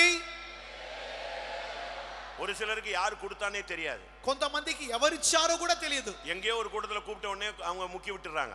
ఏదో ఒక కూటములో పిలిచారని చెప్పి వెంటనే ముంచేస్తున్నారు. முதலாவது మొదటిదిగా ஞானஸ்நானத்தை பத்தி ஒரு அறிவு உனக்கு வேணும். బాప్తిస్మమును గురించి మీకు ఒక జ్ఞానం కావాలి. நீங்கள் ஞானஸ்நானம் எடுக்கும்போது మీరు బాప్తిసం పొందేటప్పుడు அறிக்கையிட்டு ஞானஸ்நானம் எடுக்க வேண்டும். ఒప్పుకోలు చేసి బాప్తిసం పొందాలి. மத்தேயு 3:6 படி మత్తయి 3:6 ప్రకారం அறிக்கையிட்டு நீங்கள் அங்கே ஞானஸ்நானம் எடுக்க வேண்டும். మీరు ఒప్పుకోలు చేసి బాప్తిసం పొందాలి. மத்தேயு 3:7 படி பார்க்கும் பொழுது మత్తయి 3:7 ప్రకారం நீ ஞானஸ்நானம் எடுக்கும் பொழுது வரும் கோபத்துக்கு நீ தப்பிக்கொள்ளுகிறாய். మీరు బాప్తిసం పొందుచున్నప్పుడు రాబోయే కోపోగ్రతను తప్పించుకొనుచున్నాం. மத்தேயு 3:11 சொல்லுகிறது. మత్తయి 3:11 నందు நீ சரியாய் மனம் திரும்பி ஞானஸ்நானம் எடுக்க வேண்டும். సరైన మారు మనసు పొంది బాప్తిసం పొందాలి. மத்தேயு 3:16 சொல்லுகிறது. మత్తయి 3:16 నందు நீ சரியாய் ஞானஸ்நானம் எடுத்தா வானம் திறக்கும். నీవు సరిగ్గా బాప్తిసం పొందితే ఆకాశం తెరవబడును. மார்க்கு 1:4 பார்க்கும் பொழுது మార్కు 1:4 నందు பாவ மன்னிப்புக்கென்று நீ ஞானஸ்நானம் எடுக்க வேண்டும். పాప క్షమాపణ నిమిత్తము బాప్తిసం పొందాలి. மார்க்கு 16:16 பார்க்கும் பொழுது మార్కు 16:16 నందు விசுவாசம் உள்ளவனாகி நீ ஞானஸ்நானம் எடுக்க வேண்டும். విశ్వాసము కలిగిన వాడవై లేక నమ్మి బాప్తిసం పొందాలి. யோவான் 1:33 பார்க்கும்போது యోహాను 1:33 నందు நீ சரியா ஞானஸ்நானம் எடுத்தால் பரிசுத்த ஆவியை நீ பெறுவாய். నీవు సరిగ్గా బాప్తిసం పొందితే పరిశుద్ధాత్మ నీవు పొందుదువు. யோவான் 4:1 பார்க்கும்போது యోహాను 4:1 నందు நீ சரியான ஞானஸ்நானம் எடுத்தால் இந்த சபையிலே நீ சீஷனாக மாறுவாய். నీవు సరిగ్గా బాప్తిసం పొందినట్లయితే సంఘములో నీవు శిష్యునిగా మారుదువు. அப்போஸ்தலர் 2:41 பார்க்கும் பொழுது అపోస్తలులు 2:41 నందు நீ வசனத்தை ஏற்றுக்கொண்டு சந்தோஷமாய் ஞானஸ்நானம் எடுக்க வேண்டும். నీవు వాక్యమును అంగీకరించి సంతోషముగా బాప్తిసం పొందాలి. அப்போஸ்தலர் 9:18 பார்க்கும்போது అపోస్తలులు 9:18 నందు நீ பார்வை அடைந்து தெளிவான பார்வை அடைந்து சத்தியத்தை அறிந்து நீ ஞானஸ்நானம் எடுக்க வேண்டும். నీ కన్ను దృష్టికి తేటనైన దృష్టి కలిగి నీవు సత్యమును గ్రహించి బాప్తిసం పొందాలి. ரோமர் 6:3 படி பார்க்கும் பொழுது రోమా 6:3 ప్రకారముగా இயேசுக்குள்ளான மரணத்துக்குள்ளான ஒரு ஞானஸ்நானம், பாவத்துக்கு மரணம். క్రీస్తు యేసులోనికి బాప్తిసం అనగా మరణములోనికి ఒక పాపమునకు చనిపోయిన అనుభవం. ரோமர் 6:4 படி பார்க்கும்போது రోమా 6:4 ప్రకారం புதிதான ஜீவன் உள்ளவனாய் நடந்து கொள்ளத்தான் ஞானஸ்நானம். నూతన జీవం పొందిన వారమై నడుచుకొనుటకే బాప్తిస్మము. 1 కొరింథియர் మొదటి కొరింథీయులు 12వ அதிகாரம் 12వ అధ్యాయం 13వ వచనத்தை பார்க்கும்போது 13వ వాక్యమునందు நீங்கள் ஞானஸ்நானம் எடுக்கும் பொழுதுதான் ஒரே சரீரத்துக்குள்ளாக நீங்கள் மாற்றப்படுகிறீர்கள். మీరు బాప్తిసం పొందుచున్నప్పుడు ఏక శరీరంలోనికి మారుచున్నారు. கலாத்தியர் 3:27 பார்க்கும்போது గలతీలు 3:27 నందు நீங்கள் கிறிஸ்துவுக்கு உள்ளாக ஞானஸ்நானம் பெற வேண்டும். మీరు క్రీస్తులోనికి బాప్తిసం పొందుచున్నారు. கொலோசியர் కొలొసీలు 2:12 பார்க்கும்போது 2:12 నందు நீ ஞானஸ்நானத்தில் அடக்கம் பண்ணப்படுகிறாய், கிறிஸ்துவோடு நீ எழுப்பப்படுகிறாய். బాప్తిసములో పాతి పెట్టబడుచున్నారు, క్రీస్తుతో పాటు మీరు లేపబడుచున్నారు. கர்த்தருடைய பரிசுத்த நாமத்துக்கு மகிமுண்டாவதாக. దేవుని పరిశుద్ధ నామము కలుగును గాక. ஏன் யோர்தான் நதியிலே ஞானஸ்நானம் கொடுக்கப்பட்டது? யோர்தான் நதியில் ఎందుకొరకు యోర్దానులో బాప్తిసం ఇవ్వబడెను? இயேசு அங்கேதான் ஞானஸ்நானம் எடுத்தார். యేసు అక్కడే బాప్తిసం తీసుకున్నారు. கரை புரண்டு ஓடுகிற இடத்துல தான் அவர் ஞானஸ்நானம் எடுத்தார். ఆ యొక్క అంచులు ఒడ్డున పొగ్గి పొరలుచున్న అక్కడ ఆ యొక్క నదిలోని బాప్తిసం పొంది ఉన్నాడు. ஞானஸ்நானம் எடுத்த நிலவரத்தோடு இருக்கக்கூடாது, நீ கரையேறி வர வேண்டியது அவசியம். బాప్తిసం పొంది అక్కడే ఉంటే మాత్రమే చాలదు, నీవు ఒడ్డున ఎక్కి రావలెను. யோவான் 3:23 சாலிம் என்கிற ஊருக்கு அருகான இடத்துல தண்ணீர் மிகுதியாக இருந்தபடினால் யோவான் அங்கே ஞானஸ்நானம் கொடுத்தான். அப்படின்னா என்ன அர்த்தம்? முழுக்கு ஞானஸ்நானம் கொடுத்தான். యోహాను 3:23 సలీము దగ్గరనున్న ఐనోను స్థలములో నీళ్లు విస్తారముగా ఉండెను గనుక యోహాను ఇక్కడ బాప్తిసం ఇచ్చుచుండెను. కారణం ఏంటంటే బాప్తిసం అంటే ముంచెడ బాప్తిసముగా ఉండాలి. கர்த்தருடைய பரிசுத்த நாமத்துக்கு மகிமுண்டாவதாக. దేవునికి పరిశుద్ధ నామము కలుగును గాక. இங்கே நாகமான் 7 தரம் முழுகினான். ఇక్కడ నయమాను 7 సార్లు మునిగెను.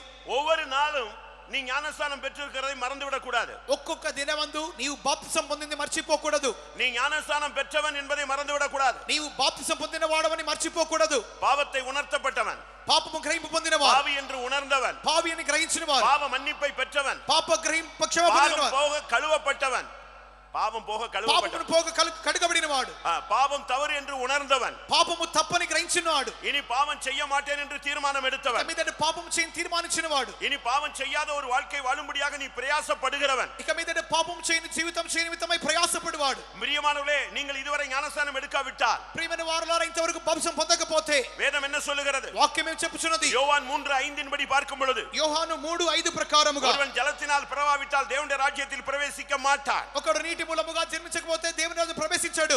ஒரு தேவனுடைய பிள்ளை ఒక దేవుని బిడ్డ மத்தேயு 28 படி பார்க்கும் பொழுது మత్తయి 28 ప్రకారముగా பிதா குமாரன் பரிசுத்தாவியின் நாமத்திலே அவன் ஞானஸ்நானம் பெற வேண்டும். తండ్రి కుమార పరిశుద్ధాత్మములో బాప్తిసం పొందాలి. இரண்டாவது முழுகி ஞானஸ்நானம் பெற வேண்டும். రెండవదిగా ముంచెడ బాప్తిసం పొందాలి. மூன்றாவது அபிஷேகம் பெற்ற ஒரு ஊழியனுடைய கையிலே நீ ஞானஸ்நானம் பெற வேண்டும். మూడవదిగా అభిషేకం పొందిన దేవుని సేవకుల చేతిలో బాప్తిసం పొందాలి. அபிஷேகம் என்று சொன்னால் அந்நிய பாஷை அடையாளத்தோடு தேவ ஆவியின் வரத்தை பெற்றவனுடைய கையிலே நீ ஞானஸ்நானம் எடுக்க வேண்டும். అభిషేకం పొందిన వాడనగా అన్య భాషల గుర్తుతో దేవుని ఆత్మ వరముతో నింపబడిన వాడిగా అభిషేకం పొంది ఉండాలి. சரியான ஞானஸ்நானம் எடுத்தால் సరైన బాప్తిసం పొందితే பிசாசு உன்னை விட்டு போகணும். అపవాది నీలోండి తొలగింపబడాలి. பாஸ்டர் அருள்தாஸ் அவர்கள் பேசும் பொழுது இல்லாவிட்டால் ஞானஸ்நானம் கொடுக்கும்போது పాస్టర్ అరుల్ దాస్ గారు మాట్లాడుచున్నప్పుడు లేక బాప్తిసం ఇచ్చుచున్నప్పుడు தண்ணியில எல்லாம் ஆடிக்கிட்டே இருப்பாங்க. నీళ్ళల్లో అందరూ ఆడుచు ఉంటారు. அந்த ஞானஸ்நானம் எடுக்கிறவங்களுக்குள்ள சிலருக்குள்ள பிசாசு இருக்கும். బాప్తిసం పొందే వారిలో కూడా కొంతమందికి దయ్యం ఉండును. அவர் சொல்லுவார், நான் ஞானஸ்நானம் கொடுக்கிற வரைக்கும் தான் நீ ஆடலாம், அதுக்கு பிறகு இவனுக்குள்ள இருக்கக்கூடாது. ఆ యొక్క తొట్టిలో మునిగిన వారు ఊగులాడుచు ఉందరు. ఆయన చెప్పును, నేను బాప్తిసం ఇచ్చేంత వరకే నీవు ఊగులాడాలి, తర్వాత నీవు పోవాలని చెప్పును. ஞானஸ்நானம் எடுத்துட்டியா, அதோட பிசாசு உன்னை விட்டு முடிஞ்சிருச்சு. బాప్తిసం తీసుకున్నావా, అంతటితో అపవాది యొక్క కార్యం అయిపోయింది. ஞானஸ்நானத்தோடு உன் சாபம் உன்னை விட்டு போயிடணும். బాప్తిసంతో నీ శాపం తొలగును. ஞானஸ்நானத்தோடு உன்னுடைய தரித்திரம் உன்னை விட்டு போயிடணும். బాప్తిసంతో నీ దరిద్రం తొలగింపబడాలి. கர்த்தருடைய பரிசுத்த நாமத்துக்கு மகிமை உண்டாவதாக. దేవునికి పరిశుద్ధ నామము కలుగును గాక. ஒருவன் பாவி என்று உணரும் பொழுது மனம் திரும்புகிறான். ఒకడు పాపి అని గ్రహింపు పొందినప్పుడు బాప్తిసం పొందుచున్నాడు. பாவம் வேண்டாம் என்று தீர்மானிக்கும் பொழுது ஞானஸ்நானம் எடுக்கிறான். పాపము నాకు వద్దు అని తీర్మానించినప్పుడు బాప్తిసం పొందుచున్నాడు. கர்த்தருடைய பரிசுத்த நாமத்துக்கு மகிமை உண்டாவதாக. దేవునికి పరిశుద్ధ నామము కలుగును గాక. மத்தேயு 3:1 మత్తయి 3:1 11 பார்க்கும் பொழுது 11వ వాక్యమునందు அங்கே 3 ஞானஸ்நானம் சொல்லப்பட்டிருக்கிறது. అక్కడ 3 రీతులైన బాప్తిసం చెప్పబడుచున్నది. நான் இப்பொழுது உங்களுக்கு 7 ஸ்நானத்தை சொல்ல போகிறேன். ఇప్పుడు మీకు 7 విధాలైన స్థానములు చెప్తున్నాను. 7 தரம் அவன் மூழ்கின பொழுது அவனுக்கு சுகம் கிடைத்தது. 7 సార్లు మునిగగా అతనికి స్వస్థత దొరికెను. முதலாவது நாம் பெற வேண்டிய ஸ்நானம் మొదటిగా మనం పొందవలసిన బాప్తిస్మము ஜலத்தினாலே ஞானஸ்நானம். నీటి మూలముగా బాప్తిస్మము. நீ அப்படி ஞானஸ்நானம் எடுக்கும் பொழுது మీరు అర్తిగా బాప్తిసం పొందినప్పుడు நீ பாவத்துக்கு மரிக்கிறாய், நீதிக்கு பிழைக்கிறாய். పాపముకు చనిపోచున్నావు, నీతి కొరకు జీవించుచున్నావు. அங்கே யோவான் என்ன சொல்லுகிறார்? అక్కడ యోహాను ఏం చెప్పుచున్నాడు? நான் உங்களுக்கு ஜலத்தினால் ஞானஸ்நானம் கொடுத்தேன், నేను మీకు నీళ్లలో బాప్తిసం చేయనాను, எனக்கு பின் ஒருவர் வருகிறார், வருகிறார், నా వెనుక వచ్చువాడు, அவர் வரும் பொழுது ఆయన వచ్చినప్పుడు உங்களுக்கு பரிசுத்த ஆவியினால் ஞானஸ்நானம் கொடுப்பார். మీకు పరిశుద్ధాత్మలో బాప్తిస్మం ఇచ్చును. பரிசுத்த ஆவியை பற்றி நீங்கள் கேள்விப்பட்டிருக்கலாம், పరిశుద్ధాత్మను గురించి మీరు విని ఉండవచ్చును, பரிசுத்த ஆவியை பெற்றிருக்கலாம். పరిశుద్ధాత్మ పొంది ఉండవచ్చును. ஆனா பரிசுத்த ஆவியில ஞானஸ்நானம் பெற்றீர்களா? కానీ పరిశుద్ధాత్మలో స్నానము చేసి ఉన్నారా? அதான் ரொம்ப முக்கியமானது. అదే చాలా ముఖ్యమైనది. பரிசுத்த ஆவியில நீ உள்ள இறங்கி வரணும். పరిశుద్ధాత్మలో దిగి రావాలి. பரிசுத்த ஆவி சும்மா பேரளவுக்கு பெற்று கையை காலு தலை மட்டும் ஆடிக்கிட்டு கை கால் மட்டும் ஆடிக்கிட்டு அப்படிலாம் இருந்தா பிரயோஜனம் இல்ல. పరిశుద్ధాత్మ పొందుకున్నా అని చెప్పి చేతులు కాళ్ళు తల ఆడిస్తే మాత్రమే చాలదు. பரிசுத்த ஆவியிலே நீ உள்ள இறங்கணும், மூழ்கணும். పరిశుద్ధాత్మలోనికి దిగాలి, మునగాలి. அதுதான் ரொம்ப முக்கியமானது. అదే చాలా ముఖ్యమైనది. அதனால தான் அப்போஸ்தலர் 19ல பவுல் பேசும் பொழுது, అందుకొరకు అపోస్తలులు 19వ అధ్యాయంలో పౌలు మాట్లాడుచున్నప్పుడు, நீங்கள் விசுவாசிகள் ஆன பொழுது பரிசுத்த ஆவியை பெற்றீர்களா? మీరు విశ్వాసులైనప్పుడు పరిశుద్ధాత్మను పొందితిరా? இன்னைக்கு பெற்றவர்கள் அநேகர் உண்டு, ఈ దినాల్లో పొందుకున్న వారు అనేకులు ఉన్నారు. ஆனா நிரப்பப்பட்டவர்கள் ரொம்ப குறைவு. కానీ నింపబడుచున్న వారు చాలా తక్కువ. நிரப்பப்பட்டவன் மாத்திரமே பரிசுத்த வாழ்க்கை வாழ முடியும். నింపబడిన వారు మాత్రమే పరిశుద్ధ జీవితం చేయగలరు. ஒரு தேவனுடைய பிள்ளை ఒక దేవుని బిడ్డ முதலாவது ஜலத்தில் ஞானஸ்நானம், మొదటిగా నీళ్లలో బాప్తిస్మము, இரண்டாவது பரிசுத்த ஆவியினாலே ஞானஸ்நானம். రెండవదిగా పరిశుద్ధాత్మలో బాప్తిస్మము. இயேசு பரத்துக்கு போகும் பொழுது, యేసు పరమకేగినప్పుడు, நீங்கள் பரிசுத்தாவினால் ஞானஸ்நானம் வருவரை நீங்கள் எருசலேமிலே தரித்திருங்கள் என்று சொன்னார். మీరు పరిశుద్ధాత్మ పొందినంత వరకు యెరూషలేములో నిల్చుండని చెప్పినారు. இன்னைக்கு எத்தனை பேர் நீங்க பரிசுத்தாவி பெற்றவங்க எல்லாம் கை வைத்தினா எல்லாரும் வைத்திருவீங்க. பரிசுத்தாவியில் மூழ்கினவர்கள் எத்தனை பேர்? పరిశుద్ధాత్మ పొందిన వారు ఎంతమందిని చెప్పగా మీరు అనేకులు చేతులెత్తదు, కానీ పరిశుద్ధాత్మలో మునిగిన వారు ఎంతమంది? பரிசுத்தாவில பல ஸ்டெப் இருக்கு. పరిశుద్ధాత్మలో పలు మెట్లు కలవు. என்னை ஒரு நதி அண்டை கொண்டு போனார். ఒక నది యొద్దకు తీసుకుని వెళ్ళాడు. நான் கணுக்கால் அளவு இறங்கினேன். నేను చీలమండలోతుకు వెళ్ళాను. நான் முழங்கால் அளவு இறங்கினேன். మోకాల్లోతుకు దిగితిని. இடுப்பளவு இறங்கினேன். నడుములోతుకు దిగితిని. அதற்கு பின்பு நீச்சாலமான இடத்துக்குள்ள இறங்கினேன். తర్వాత ఈదినంత లోతుకు వెళితిని. இப்ப பரிசுத்தாவிக்குள்ள ఇప్పుడు పరిశుద్ధాత్మలో நீங்க கணுக்கால் அளவு இருந்துட்டு கை தட்டிட்டு போயிட்டே இருக்கலாம். మీరు చీలమండలోతులో చేతులు మాత్రం చట్టి వెళ్ళిపోవచ్చును. இல்ல பரிசுத்தாவில நல்ல ஜெபிக்கிறவங்களா நீங்க மாறி இருக்கலாம். ఒకవేళ పరిశుద్ధాత్మలో ప్రార్థించువారుగా ఉండవచ్చును. இல்ல பரிசுத்தாவிக்குள்ள சத்தியத்துல நிக்கிறவங்களா இருக்கலாம். ఒకవేళ పరిశుద్ధాత్మలో సత్యములో నిలబడేవారుగా ఉండవచ్చును. ஆனா நான் சொல்ற பிரசங்கம், కానీ నేను చెప్పే ప్రసంగం பரிசுத்த ஆவியிலே ஞானஸ்நானம். పరిశుద్ధాత్మలో బాప్తిస్మము. அப்படியே பரிசுத்த ஆவிக்குள்ள மூழ்கிறது. పరిశుద్ధాత్మలో ఆ రీతిగానే మునిగిపోవాలి. ஹல்லேலூயா, హల్లెలూయా. இன்றைக்கு இந்த கூட்டத்துக்குள்ள வந்திருக்கிற எல்லாரும் பரிசுத்த ஆவியில் ஞானஸ்நானம் நீங்கள் பெற வேண்டும். కావున ఈ కూటములో వచ్చిన ప్రతి వారును పరిశుద్ధాత్మలో మీరు బాప్తిసం పొందాలి. பரிசுத்த ஆவியில ஞானஸ்நானம். పరిశుద్ధాత్మలో స్నానము. எப்படி உங்களுக்கு ஜலத்துல ஞானஸ்நானம் கொடுக்கும்போது ஒரு பாஸ்டர் உன்னைய தண்ணில முக்குறாரோ, அதே போல இன்றைக்கு பிரதான ஆசாரியன் உன்னை இன்னைக்கு தண்ணில மூக்கணும், பரிசுத்த ஆவிக்குள்ள மூழ்கடிக்கணும். ఏ రీతిగా ఒక దినమందు మీరు బాప్తిసం పొందుచున్నప్పుడు ఒక పాస్టర్ గారు మిమ్మల్ని నీళ్ళలో ఆ విధంగానే ముంచేశాడో, ఆ రీతిగానే ప్రధాన యాజకుడు మిమ్మల్ని ఈ దినమందు పరిశుద్ధాత్మలో ఆ రీతిగా ముంచివేయాలి. நீ கணுக்கால் அளவு முழங்கால் அளவுல நின்னுட்டு தான் நீ பிரசங்கம் பண்ணிட்டு அலையற. నీవు చీలమండలోతు మోకాల్లోతు అని చెప్పి ఇంకా ప్రసంగం చేస్తున్నావా? நீ மூழ்கணும், నీవు మునిగాలి. அதுதான் இரண்டாவது ஸ்நானம். అది రెండవ స్నానం. அதே மத்தேயு 3:11 அந்த யோவான் சொல்லும் பொழுது, అదే మత్తయి 3:11లో యోహాను చెప్పుచున్నప్పుడు, அவர் அக்னியினாலும் உனக்கு ஞானஸ்நானம் கொடுப்பார். ఆయన అగ్నిలోను మీకు బాప్తిసం ఇచ్చును. இன்னைக்கு வொர்ஷிப்ல நீங்க அதை கேள்விப்பட்டீங்க. ఈ దినమందు ఆరాధనలో మీరు విన్నారు. அக்னியிலே ஒரு ஞானஸ்நானம் இருக்கிறது. అగ్నిలో ఒక బాప్తిసం కలదు. ஏன் அக்னியிலே ஒரு ஞானஸ்நானம்? ఎందుకొరకు అగ్నిలో ఒక స్నానము. அபிஷேகத்துல அடுத்த ஸ்டெப் அக்னி அபிஷேகம். అభిషేకములో తరువాత మెట్టు అగ్ని అభిషేకం. அது எதை காண்பிக்கிறது? దేని చూపుచున్నది? ரெண்டு காரியத்துக்காக உனக்கு அக்னி அபிஷேகம். రెండు కార్యముల కొరకు అగ్ని అభిషేకం. ஒன்று, ఒకటి உன்னுடைய பாவத்தை நீ சுட்டரிக்க. నీ పాపమును కాల్చివేయుటకు. இரண்டாவது, రెండవది உன்னுடைய சத்துருவை நீ சுட்டரிக்க. నీ శత్రువును కాల్చివేయుటకు. హల్లెలూయా. హల్లెలూయా. இதுக்கு தான் அக்னி அபிஷேகம். ఇందుకొరకు అగ్ని అభిషేకం. இந்த அபிஷேகம் எப்போ கிடைக்கும்? ఈ అభిషేకం ఎప్పుడు దొరుకును? நீ இயேசுவை நேசிக்கும் பொழுது. నీవు యేసును ప్రేమిస్తున్నప్పుడు. இயேசுவை நேசிக்கும் பொழுது యేసును ప్రేమిస్తున్నప్పుడు உனக்கு అగ్ని உண்டாகும். నీలో అగ్ని కలుగును. இயேசுவின் நேச வைராக்கியம் வரும் பொழுது, యేసు యొక్క భక్తి వైరాగ్యం వచ్చినప్పుడు அக்னி ஜுவாலை உனக்குள்ள பற்றி எரியும். అగ్ని జ్వాల నీలో రగులుకొనును.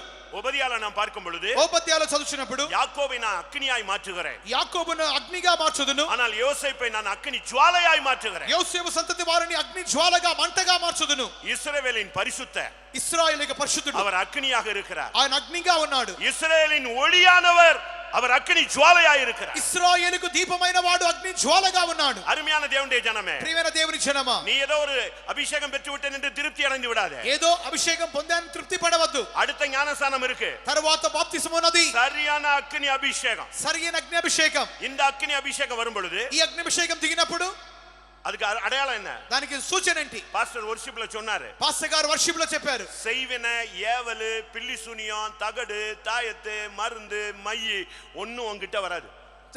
చేతబడి మంత్ర రేకులు మీ కొరకు కాటుగా పెట్టుట ఇవన్నీ మీ దగ్గరికి రానే రావు. எத்தனை பேர் விசுவாசிக்கிறீங்க? அவங்க மட்டும் அல்லேலூயா சொல்லுங்க. ఎంతమంది నమ్ముచున్నారు? హల్లెలూయా చెప్పండి. அக்கினி அபிஷேகம் இன்னைக்கு திருப்பதியில வரப்போகுது. எல்லா விக்கிரகங்களும் இயேசுவின் நாமத்திலே சுட்டரிக்கப்படுவதாக. అగ్ని అభిషేకము తిరుపతిలో దిగబోచున్నది. విగ్రహ శక్తులన్నీ కాల్చివేయబడుచున్నది. சரியான ஒரு அக்னியாக நீங்க மாறணும். సరైన అగ్నిగా మీరు మారాలి. ஒரு அக்னி இருந்தா இன்னொரு அக்னியை பற்றி பிடிக்க வச்சிரும். ఒక అగ్ని ఉన్నట్లయితే పక్కన ఉన్న దాన్ని కూడా అగ్ని రగిల్ప చేయును. சரியான ஒரு அக்னி அபிஷேகம் பெற்ற ஒரு 4 விசுவாசி, ஒரு 3 ஊழியக்காரர் இருந்தா போதும், அந்த சபை கொழுந்து விட்டு எரியும். సరైన అగ్ని అభిషేకం పొందినటువంటి 3 సేవకులు 4 విశ్వాసులు ఉంటే చాలును. ఆ యొక్క సంఘము రగులుకొని మండుకొను. அக்னியிலே ஒருவர் ஞானஸ்நானம் உனக்கு கொடுக்கணும். అగ్నిలో ఒకరు మీకు బాప్తిసం ఇవ్వాలి. சாத்ராக், மேஷாக், ஆபேத்நேகோ எல்லாம் அக்னியில மூழ்கினவர்கள். షద్రకు, మేషక్, అబేద్నెగోను వారు అగ్నిలో మునిగిన వారు. 7 மடங்கு இல்ல, 70 மடங்கு சூடானாலும் அவன் அதுக்குள்ள வாக் பண்ணிட்டு இருப்பான். 7 అంతలు కాదు గాని 70 అంతలు అధికమైనప్పటికీ వేడి అధికం చేసినప్పటికీ అంతలో వారు చక్కగా నడుచుదురు. இந்த அக்னி அந்த அக்னியின் உக்கிரத்தை அவித்து போடும். ఈ అగ్ని ఆ యొక్క అగ్ని యొక్క తీవ్రతను చల్లార్చును. கர்த்தருடைய பரிசுத்த நாமத்துக்கு மகிமை உண்டாவதாக. దేవుని యొక్క పరిశుద్ధ నామము కలుగును గాక. லூக்கா 12:50 பார்க்கும் பொழுது, లూకా 12:50 నందు இயேசு அடுத்த ஞானஸ்நானத்தை பற்றி பேசுகிறார். యేసు తర్వాత బాప్తిసం గురించి మాట్లాడుచున్నాడు. நான் முழுக வேண்டிய ஒரு ஸ்நானம் உண்டு. నేను పొందవలసిన బాప్తిసం அது ఉన్నది. முடியும் அளவு நான் எவ்வளவோ நெருக்கப்படுகிறேன். అది నెరవేరు వరకు ఎంతో ఇబ్బంది పడుచున్నాను. கிறிஸ்தவ வாழ்க்கை என்பது క్రైస్తవ జీవితం అన్నది ஆரம்பத்திலே உங்களுக்கு விடுதலையும் சுகமும் ஆரோக்கியமும் ஐஸ்வர்யமாய் மாறும். ప్రారంభములో మీకు స్వస్థత, ఆరోగ్యము, ఐశ్వర్యముగా మారును. ஆனால் அதற்கு பின்பு తరువాత நீங்கள் சிலுவையை சுமந்து அவர் பின்னாக போக வேண்டும். మీరు సిలువ మోసుకొని ఆయన వెంట వెళ్ళాలి. பாடுகள் உண்டு, శ్రమలు కలవు. உலகத்திலே உங்களுக்கு உபத்திரவங்கள் உண்டு. లోకములో మీకు శ్రమ కలదు. என்னிடத்துல வா உனக்கு எல்லாம் தருவேன்னு சொல்லிட்டு திருப்பி எப்படி பிரச்சனைன்னு சொன்னா, பாடுகள் உங்களுக்கு மகிமைக்காக. ఈ విధముగా నా యుద్ధకు రమ్ము, నేను సమస్త మీకు ఇచ్చునని చెప్పిన అదే వ్యక్తి నా యుద్ధకు రమ్ము శ్రమ ఎందుకు కొరకంటే మహిమ కొరకు. சிலுவை இல்லாமல் சிங்காசனம் கிடையாது. సిలువ లేకుండా సింహాసనము లేదు. பாடுகள் இல்லாமல் மகிமை கிடையாது. శ్రమ లేకుండా మహిమ లేదు. ஒருத்தன் வேலை பார்த்தாதான் அவனுக்கு கூலி கிடைக்கும். ఒకడు పని చేస్తే జీతం దొరుకును. அதுபோல நீ இயேசுக்காக பாடுபட்டாதான் உனக்கு மகிமை கிடைக்கும். అందుకు ఆ విధముగానే యేసు కొరకు శ్రమ పడితే నీకు మహిమ దొరుకును. இயேசு தேவனுடைய குமார், தேவனுக்கு சமமா இருந்தவர். యేసు దేవునికి సమము. அடிமையின் ரூபம் எடுத்தார், దాసుని రూపం ధరించెను, அற்புதங்களை செய்தார். అద్భుతములు చేసెను. ஆனா இப்ப சொல்றாரு, நான் முழுக வேண்டிய ஒரு ஸ்நானம் இருக்கு. కానీ ఇప్పుడు అంటున్నారు, నేను పొందవలసిన బాప్తిసం ఉన్నది. அதுதான் சிலுவை. అదే సిలువ. ஒவ்வொருத்தருக்கும் பாடுகள் உண்டு, ఒక్కొక్కరికి శ్రమలు కలవు. ஒவ்வொருத்தருக்கும் ஏற்ற மாதிரி ஒரு பாடுகளை தேவன் வைத்திருக்கிறார். వారి వారికి తగిన రీతిగా శ్రమలు దేవుడు నియమించున్నాడు. உன் அழைப்புக்கு ஏத்த மாதிரி, నీ పిలుపుకు తగిన உன் రీతిగా, தரிசனத்துக்கு ஏத்த నీ மாதிரி, దర్శనం తగిన உனக்கு రీతిగా, கொடுத்த வாக்குத்தத்தத்துக்கு ஏற்ற నీ மாதிரி, యొక్క వాగ్దానం తగిన రీతిగా, நீ போகிற பாதைக்கு ஏற்ற மாதிரி, నీవు వెళ్ళు మార్గము తగిన రీతిగా, நீ அடைய போகிற சீயோன் எருசலேமுக்கு ஏற்ற மாதிரி, నీవు పొందబోయే సియోను నూతన యెరూషలేము తగిన உனக்கு రీతిగా, இந்த உலகத்துல பாடுகள் உண்டு. నీకు ఈ లోకములో శ్రమలు కలవు. அதுல நீ மூழ்கணும். అందులో నీవు మునగాలి. ஏசாயா 53 தீர்க்கதரிசி சொல்லுகிறார், యెషయా 53లో ప్రవక్త చెప్తున్నాడు, அவர் தம்முடைய குமாரனை பாடுகளுக்கு உட்படுத்தினார். ఆయన తన కుమారుని శ్రమనందుటకు అప్పగించెను. அப்படின்னா என்ன அர்த்தம்? దాని అర్థం ఏంటి? பாடுகளுக்குள்ள அவருக்கு ஞானஸ்நானம் கொடுத்தாரு. ఆ యొక్క శ్రమలలోనికి ఆయనకు బాప్తిసం ఇచ్చి ఉన్నాడు. அதனாலதான் அவர் அதுல உள்ள இறங்கி வந்தார். இதற்காகவே இந்த வேளைக்குள் வந்தேன் என்று இயேசு சொல்லுகிறார். ఆ యొక్క శ్రమలకు ఆయన ఆ యొక్క బాప్తిసమునకు ముంచి ఉన్నాడు. ఇందుకొరకే ఈ సమయముకు నేను వచ్చునని చెప్పి ఉన్నాడు. இந்த ஞானஸ்நானம் நமக்கு முடியுமா? ఈ బాప్తిసం మనకు వీలగునా? அந்த 2 பையன்கிட்டையும் கேக்குறாரு. ఆ యొక్క ఇద్దరు అబ్బాయిల దగ్గర అడుగుతున్నాడు, நான் பெரும் ஸ்நானத்தை பெற்றுவீங்களா? నేను పొందే బాప్తిసం పొందగలరా? சிலுவை சுமப்பீங்களா? సిలువను మోయుదురా? இன்னைக்கு ஊழியம் செய்யணும்னு எல்லாரும் ஆசைப்படுறாங்க. ஆனா சிலுவை சுமந்து ஊழியம் செய்யணும்னு ஆசைப்படல. ఈ దినాల్లో ஊர் అందరూ ஊரா சுத்தி மிஷனரி எவாஞ்சலிஸ்ட்னு ஊழியம் செய்யணும்னு ஆசைப்படுறான். நான் சொல்றேன், நீ எவாஞ்சலிஸ்டாரு மிஷனரியாரு, சிலுவை உன் தோல்ல இருக்கான்னு பாரு. ఈ దినాల్లో అందరూ సేవ చేయాలని కోరుచున్నారు. కానీ వారు సొంత ప్రకారముగా ఏదో ఒక ఊర్లో మిషనరీగా సేవ చేయాలని కోరుచున్నారు. కానీ నీ మిషనరీ సేవ చేయి, ఏదైనా ఒక పరిచర్య చేయి. నీ మీద నీ సిలువ మోపబడినదా, నీవు జాగ్రత్తగా తేరిచూడుము. இந்த மார்க்கம் சிலுவை சுமக்க உனக்கு போதிக்கிறது. ఈ మార్గము సిలువను మోయు నిమిత్తమై నీకు బోధించుచున్నది. ఐదవదిగా 1 కొరింథీయుర్ 10 அதிகாரம் 2 வசனத்தை பார்க்கும் பொழுது, మొదటి కొరింథీయులు 10:2 నందు இஸ்ரவேல் ஜனங்கள் ఇశ్రాయేలు జనులు அங்கே மோசேக்குள்ளாக వారు మోషేలోనికి மேகத்தினாலும் சமுத்திரத்தினாலும் அவர்கள் ஞானஸ்நானம் பெற்றார்கள். మేఘములోను సముద్రములోను బాప్తిసము పొందిరి. இது ஐந்தாவது ஒரு ஸ்நானம். ఇది 5వ స్నానము. இஸ்ரவேல் ஜனங்கள் இந்த இடத்துல ஞானஸ்நானம் பெற்றதாகத்தான் ஆவியானவர் பேசுகிறார். ఇక్కడ ఇశ్రాయేలు బాప్తిసం పొందిన రీతిగానే ఆత్మదేవుడు చెప్పుచున్నాడు. அன்றைக்கு ஒரு வார்த்தை சொல்லப்பட்டது. ఆ దినమందు ఒక మాట చెప్పబడెను. இன்றைக்கு நீ காண்கிற எகிப்தியனை இனிமேல் காண்பதில்லை. ఇప్పుడు నీవు చూస్తున్న ఐగుప్తీయులని ఇక మీదట నీవు చూడనేరవు. அதுவரைக்கும் இருந்த அடிமைத்தனங்கள், అంతవరకున్న దాస్యము, அதுவரை இருந்த போராட்டங்கள், అంతవరకున్న పోరాటము, அதுவரைக்கும் இருந்த கொடுமைகள், అంతవరకున్నటువంటి அதுவரை இருந்த ஒடுக்கின தன்மைகள், అంతవరకు బాధ నుంచి కార్యములు எல்லாமே அன்றோடு முடிவடைகிறது. అంతయు ఆ దినముతో సమాప్తము. அதுதான் பாவத்துக்கு ஒரு முடிவான வாழ்க்கை. అదే పాపముకు ఒక ముగింపు పలికే జీవితం. நான் இப்பொழுது மேகத்துக்குள்ளான ஞானஸ்நானத்தை சொல்லுகிறேன். ఇప్పుడు మేఘములోనికి బాప్తిసం చెప్పుచున్నాను. நீங்கள் ஞானஸ்நானம் பெறுகிறீர்கள், మీరు బాప్తిసం పొందుచున్నారు, இயேசுவை தரித்துக் கொள்ளுகிறீர்கள், యేసును ధరించుచున్నారు, அபிஷேகம் பெறுகிறீர்கள், అభిషేకం పొందుచున్నారు, அக்கினி அபிஷேகம் பெறுகிறீர்கள், అగ్ని అభిషేకం పొందుచున్నారు, இயேசுவுக்காக பாடுகளை சகிக்கிறீர்கள். యేసు కొరకు శ్రమలు సహించుచున్నారు. இந்த மேகம் என்பது சாட்சியின் ஜீவியம். ఈ మేఘం అనేది సాక్షి జీవితం. எபிரேயர் 12:1 பார்க்கும் பொழுது హెబ్రీయులు 12:1 மேகம் నందు போன்ற திரளான சாட்சிகள் நம்மை சூழ்ந்து கொண்டிருக்க ఇంత గొప్ప సాక్షి సమూహం మేఘం వలె మన ఆవరించి ఉండగా நீ సత్యத்துக்குள்ள வந்தால் போதாது, ఈ సత్యములోనికి వస్తే మాత్రమే இந்த చాలదు, சத்தியத்துக்கு நீ சாட்சியாய் நிற்கணும். సత్యముకు సాక్షిగా నిలవాలి. இந்த சத்தியத்துக்கு நீ சாட்சியாய் நிற்க வேண்டும். ఈ సత్యముకు నీవు సాక్షిగా నిలబడాలి. இந்த மேகத்துக்கு உள்ளாக நீ ஞானஸ்நானம் பெற வேண்டும். ఈ మేఘములోనికి నీవు బాప్తిసం పొందాలి. எகிப்திலிருந்து வெளியே வந்தவன், ఆ ఐగుప్తు నుండి బయటికి వచ్చిన వాడు, மீட்கப்பட்டவன், విమోచింపబడిన వాడు, அவன் சேஷ்ட புத்திரன், జ్యేష్ఠ పుత్రుడు, அவனுக்கு ஒரு கானான் உண்டு. అతనికి ఒక కానాను அதை కలదు. புறஜாதிகள் கண்டார்கள், கேட்டார்கள், திகில் அடைந்தார்கள். అది పురజాతి అన్యజనుల వారు వినిన్నారు, చూచిన్నారు, వారు గర్విష్ఠులుగా మారినారు. உன் லைஃப்ல உள்ள மாற்றம் தான் அந்த மேகத்துல உள்ள அந்த சாட்சியின் ஜீவியம். నీ జీవితంలోని మార్పే నీ జీవితం యొక్క సాక్ష్యము. கர்த்தருடைய பரிசுத்த நாமத்துக்கு மகிமை உண்டாவதாக. దేవునికి పరిశుద్ధ నామము కలుగును గాక.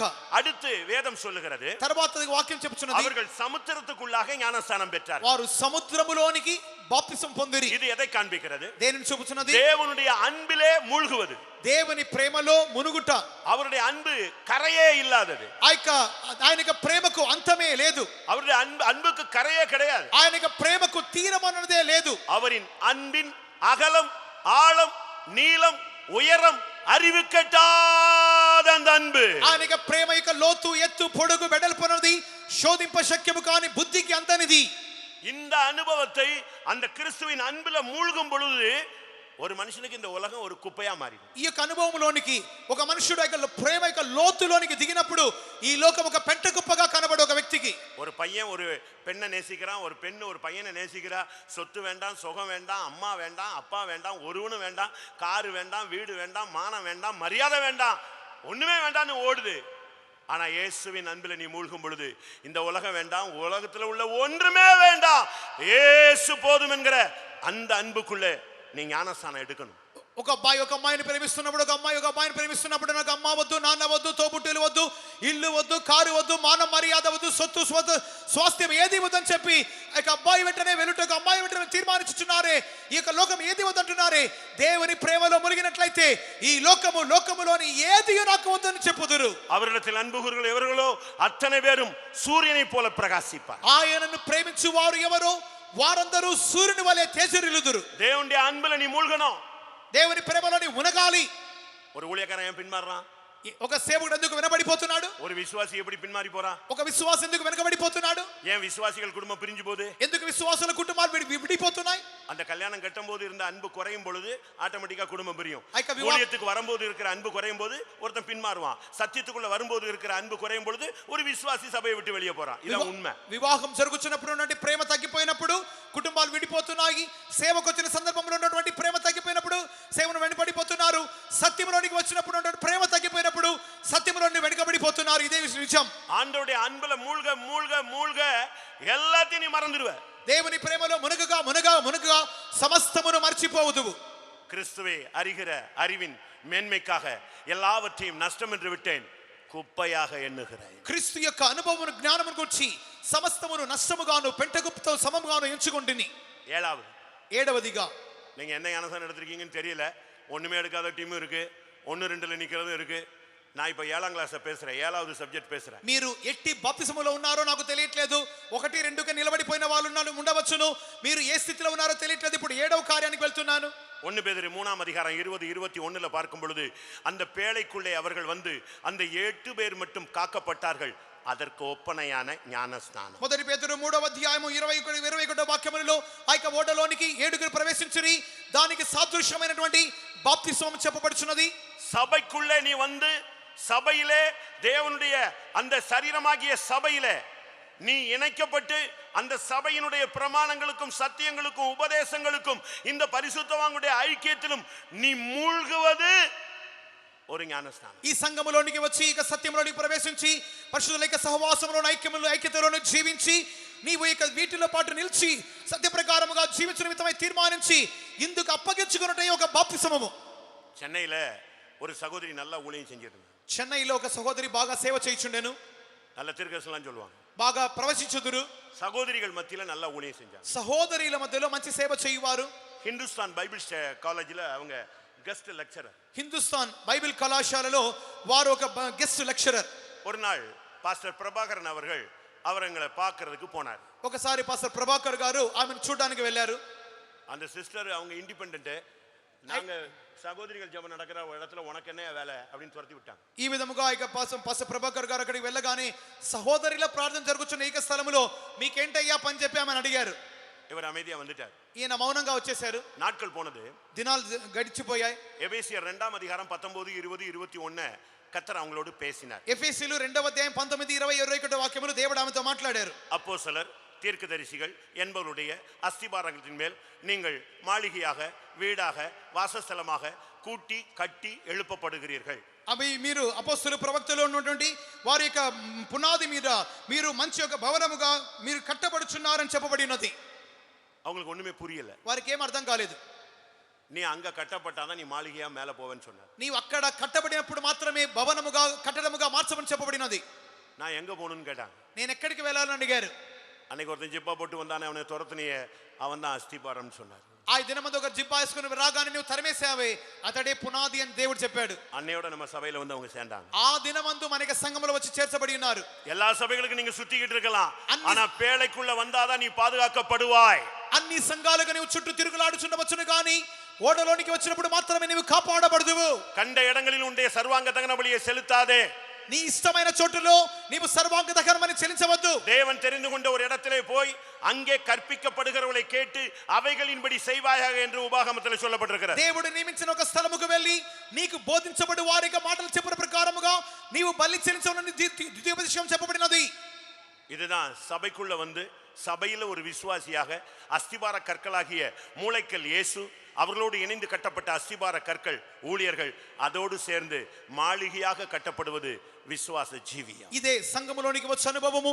క్రీస్తు యేసే ముఖ్యమైన మూలరాయిగా అపోస్తలులు ప్రవక్తలను వారికి పునాది మీదగా అటు తరువాత వారితో పాటు జత చేయబడిన వారముగా ఒక మంచి కట్టడముగా మనం చక్కగా అమర్చబడి కట్టబడుచున్నాము. உடனே அவங்க சொன்னாங்க, அந்த ஸ்நானத்தை நாங்க பெறறோம்டா. వెంటనే వారు అంటున్నారు, ఈ స్నానమును మేము పొందుదుము. యేసు சொன்னார், நான் குடிக்கும் பாத்திரத்தில் ஞானம் பானம் பண்ண முடியுமா? యేసు అడిగినాడు, నేను రాగు గిన్నెలో మీరు తాగగలరా? உடனே அவங்க சொன்னாங்க, ஆமாண்டவரே. వెంటనే అన్నారు, అవును ప్రభువా, எங்களுக்கு மகிமையில ஒரு இடம் வேணும். మాకు ఏ రీతిగానే మహిమలో చోటు కావాలి. அதுக்காக நீங்க என்ன சொன்னாலும் செய்யறதுக்கு ரெடியா இருக்கோம். అందుకొరకు నీవేం చెప్పినా చేయడానికి సరే. பசியோ பட்டினியோ நிர்வாணமோ நாசமோசமோ உயர்வோ தாழ்வோ நிகழ்காரியமோ வருங்காரியமோ மரணமோ கிறிஸ்துவின் அன்பில் நான் நிப்பேன்னு சொல்றான்.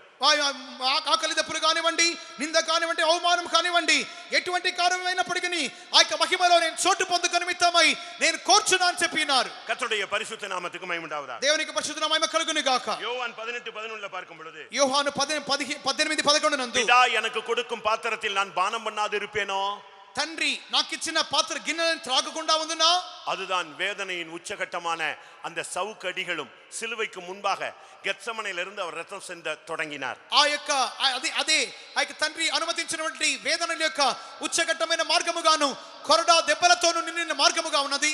பிலாத்துவின் அரண்மனையில பயங்கரமான அடிகள் பட்டார். పిలాతు యొక్క అంతఃపురములో భయంకరముగా దెబ్బలు తినెను. சரீரத்தில் மனதில் வேதனை அடைந்தார். శరీరములోను మనసును వేదన పొందెను. பிரியமானவர்களே, நீங்கள் இயேசு குடித்த பாத்திரத்தில் பானம் பண்ண வேண்டும். ప్రియమైన వారులారా, యేసు నియమించిన పాత్రలో మీరు త్రాగవలెను. 1 కొరింథీయుల நாம் பார்க்கும் பொழுது, మొదటి కొరింథీయులో చూసినప్పుడు 10వ అధ్యాయం 3:4 நாம் பார்க்கும் பொழுது, 10వ అధ్యాయం 3:4 నందు அவர்கள் ஞான போஜனத்தை புசித்தார்கள். వారు జ్ఞాన సంబంధమైనటువంటి భోజనమును భుజించిరి. ஞான பானத்தை குடித்தார்கள். వారు జ్ఞాన పానీయమును పానం చేసిరి. அவர்களை தாகத்தை தீர்த்தது அந்த ஞான கண்மலையாகிய கிறிஸ்து. వారి యొక్క దాహము తీర్చింది ఆత్మ సంబంధమైనటువంటి బంధైన క్రీస్తు. இது எதை காண்பிக்கிறது? దేనిని చూపుచున్నది? பிரியமானவர்களே, நீங்கள் சரியான கர்த்தருடைய பந்தியிலே பங்கெடுக்க வேண்டும். మీరు సరైన విధముగా ప్రభువు బలలో పాలు పొందాలి. 1 கொரிந்தியர் 11:28 பார்க்கும் பொழுது, మొదటి కొరింథీయులు 11:28 నందు இயேசு அந்த பாத்திரத்தை குறித்து பேசுகிறார். యేసు ఆ యొక్క పాత్రను గురించి మాట్లాడెను. இது என் இரத்தத்தினாலாகிய புதிய உடன்படிக்கை. ఇది నా రక్తము ద్వారా ఉన్నటువంటి నూతన నిబంధన. என்னுடைய మరణத்தை நினைவு నా கூறுகிறீர்கள். యొక్క మరణం జ్ఞాపకం చేసుకోనుము. நீங்கள் విశ్వాసిயா మారన மட்டும் போதாது. మీరు విశ్వాసిగా మాత్రమే మాత్రం చాలదు. நல்லா கவனிங்க. బాగా గమనించండి. கர்த்தருடைய பந்தியில நீ பங்கெடுக்கணும். ప్రభు బలలో మీరు పాలు పొందాలి. நான் திரும்பவும் சொல்றேன், తిరిగి చెప్తున్నాను. சிலுவையை பார்க்காதவனுக்கு ஞானசானம் கொடுக்க கூடாது.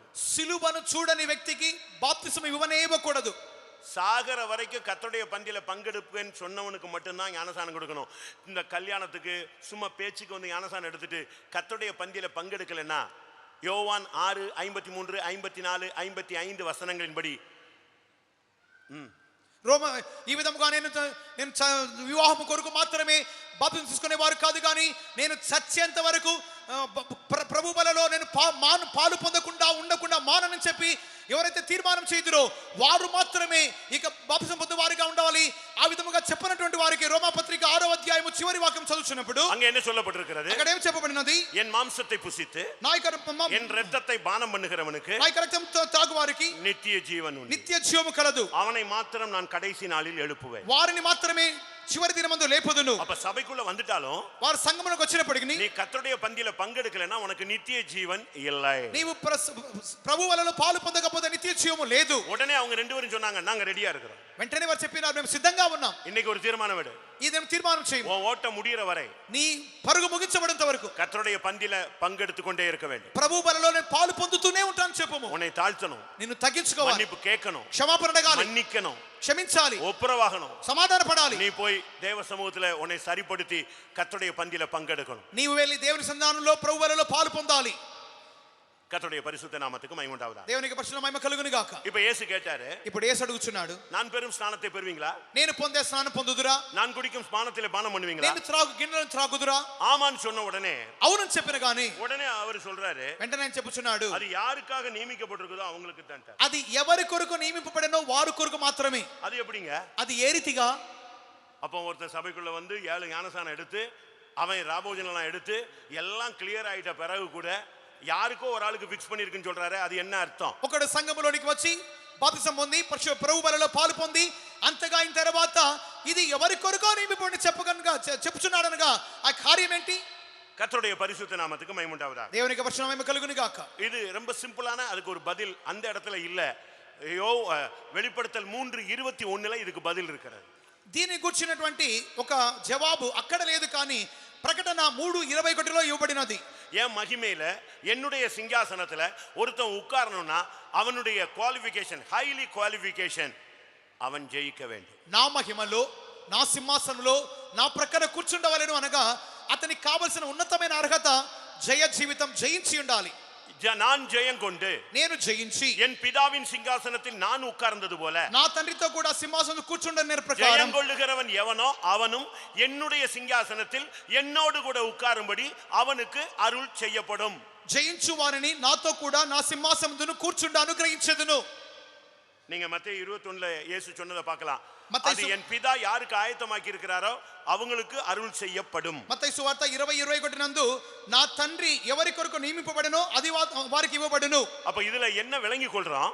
దీని గురించి ఏం గ్రహించుచున్నావు? ஒருவன் மகிமையில போய் அவருடைய வலது பாரசத்துல இடது பாரசத்துல உட்காரணும்னா அவன் 7 ஞானஸ்நானம் எடுத்தாலும் 2 விதமான பாத்திரங்களை குடித்தாலும் அவன் ஜெயிக்கிறவனாய் மாற வேண்டும். ఒకడు తండ్రి హల్లెలూయా హల్లెలూయా ఒక వ్యక్తి మహిమలోనికి వెళ్ళి కుడి పార్శ్వంలో ఎడ పార్శ్వంలో కూర్చోవాలి అన్నట్లయితే అతడు 7 విధములైన బాప్తిసం పొందినప్పటికీ 2 విధములుగా పాత్రలో త్రాగినప్పటికీ అతడు అది తండ్రి మూలముగా నియమింపబడినగా సిద్ధపరచబడినదిగా ఉండాలి. మారాలి. நீங்க ஒரு கோர்ஸ்ல சேர்ந்தா மட்டும் போதாது. మీరు ఒక కోర్సులో చేరితే మాత్రమే చాలదు. நீ படிச்சா மட்டும் போதாது. నీవు చదివితే మాత్రం చాలదు. நீ ஃபீஸ் கட்டினா மட்டும் போதாது. ఫీజు కడితే మాత్రం చాలదు. நீ யூனிஃபார்ம் எடுத்தாலும் மட்டும் போதாது. యూనిఫామ్ వేసుకుంటే మాత్రమే చాలదు. நீ அங்க ஜெயிக்கணும். నీవు జయించాలి. நீ அங்க தேர்ச்சி பெறணும். నీవు అక్కడ ఉత్తీర్ణుడిగా మారాలి. நீ அந்த குவாலிஃபைடு ஆன ஒரு ஆளா நீ வெளிய வரணும். నీవు అక్కడ యోగ్యునిగా మార్చబడి బయటికి రావాలి. அதுபோல நீ అది 7 ஸ்நானம் எடுத்தாலும் ராபோஜனம் எடுத்தாலும் நீ ஜெயிக்க வேண்டிய சில காரியங்கள் இருக்கிறது. నీవు 7 స్నానములు పొందినప్పటికీ ప్రభు బల్ల పొందినప్పటికీ పాత్రలను త్రాగినప్పటికీ నీవు జయించాలి. 10 காரியங்களை ஜெயிக்கணும். நான் ரொம்ப வேகமாக சொல்றேன். 10 కార్యాలు జయించాలి. త్వరగా చెప్తున్నాను. கர்த்தருடைய பரிசுத்த நாமத்துக்கு மகிமை உண்டாவதாக. ప్రభు పరిశుద్ధ మహిమ కలుగును గాక. நான் ஜெயம் கொண்டது போல. నేను జయించిన ప్రకారం. அதாவது அதனுடைய சரியான அர்த்தம் என்ன? దాని సరైన అర్థం ఏంటి? இயேசு சொல்றார், நான் ஜெயித்தது போல நீ ஜெயிச்சாதான் என்னுடைய சிங்காசனத்துல உனக்கு இடம் கிடைக்கும். యేసు చెప్పినాడు, నేను జయించిన ప్రకారంగా నీవు జయిస్తేనే పాటు నా యొక్క సింహాసనంలో నీకు చోటు என் దొరుకును. மகிமையில உனக்கு இடம் கிடைக்கும். నా మహిమలో నీకు చోటు என் దొరుకును. ராஜ்யத்துல உனக்கு இடம் கிடைக்கும். నా రాజ్యములో చోటు దొరుకును. யோவான் 16:33 பார்க்கும் பொழுது, యోహాను 16:33 నందు நான் உலகத்தை ஜெயித்தேன். నేను లోకమును జయించి ఉన్నాను. அதனால தான் நம்முடைய பெண்டிகாஸ்ட்ல உலகத்தை வெறுக்கிறோம். అందుకొరకే మనకి పెంతెకొస్తు వారు లోకాన్ని ద్వేషిస్తున్నారు. உன்னுடைய எந்த பகுதியிலும் உலகம் உள்ள வந்துட கூடாது. నీ జీవితంలోని ఏ భాగములో కూడా లోకము రాకూడదు. விசுவாசிக்கிறவனை அன்றி உலகத்தை ஜெயிக்கிறவன் யார்? విశ్వసించు వాడే తప్ప లోకము జయించు వాడు ఎవడు? 1 யோவான் 5:4-5 பார்க்கும் பொழுது, మొదటి యోహాను 5వ అధ్యాయం 4-5 వాక్యములో தேவனால் பிறந்தவன் எவனும் உலகத்தை ஜெயிப்பான். దేవుని మూలముగా పుట్టిన వాడు ఎవడు లోకమును జయించును. முதலாவது ஜெயம், మొదటి జయము இயேசு உலகத்தை ஜெயித்தார். యేసు లోకము జయించును. రెండవదిగా கொலோசியர் 2:15 படி, కొలొస్సీ 2:15 ప్రకారం இயேசு துரைத்தனங்களையும் அதிகாரங்களையும் சிலுவையிலே ஆணி அடித்து வெளியரங்கமான கோலமாகி சிலுவையிலே வெற்றி சிறந்தார். ఆయన అధికారులు ప్రధానులు జయించి సిలువలో జయోత్సవంతో బాహుఘటముగా ఊరేగించెను.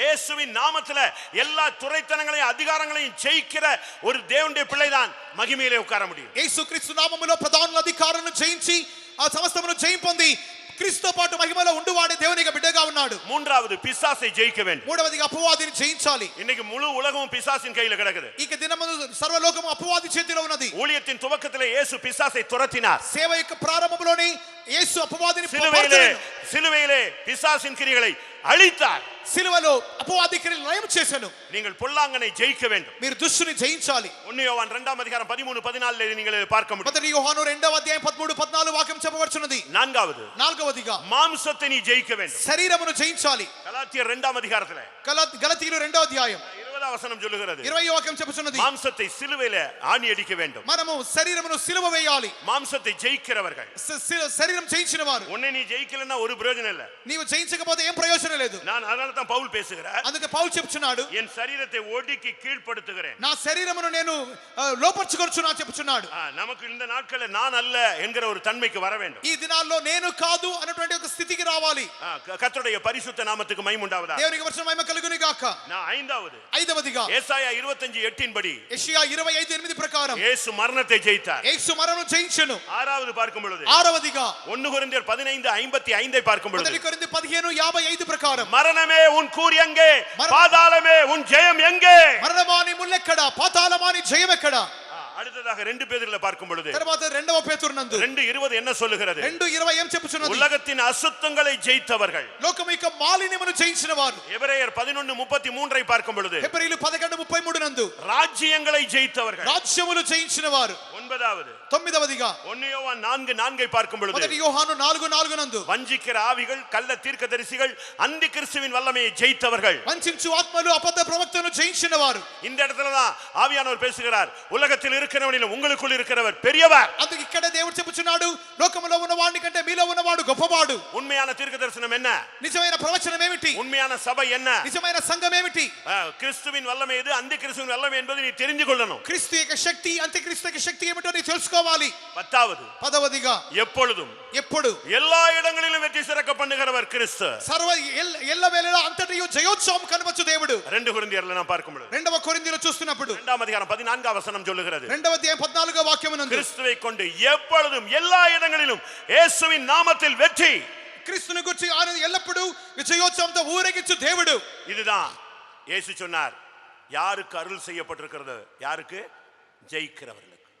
ఎవరికి అనుగ్రహింపబడినదో, ఎవరికి ఎవడు జయించుచున్నాడు, உலகத்தை ஜெயிப்போம், లోకమును జయించుదాం, பிசாசை ஜெயிப்போம், అపవాదిని జయించుదాం, துரைத்தனங்கள் அதிகாரங்களை ஜெயிப்போம், అధికారులు ప్రధానులు జయించుదాం, மாம்சத்தை ஜெயிப்போம், శరీర క్రియలు జయించుదాం, மரணத்தை பாதாளத்தை ஜெயிப்போம், మరణమును పాతాళం జయించుదాం, உலகத்தின் அசுத்தங்களை ஜெயிப்போம், లోకమును లోక మాలిన్యము జయించుదాం, கள்ள தீர்க்க தரிசன வல்லமைகளை ஜெயிப்போம், అపవాద ప్రవక్తలిక శక్తులు జయించుదాము, எங்கும் எப்பொழுதும் ఎల్లప్పుడూ எல்லா இடங்களிலும் ప్రతి స్థలములోను வெற்றி.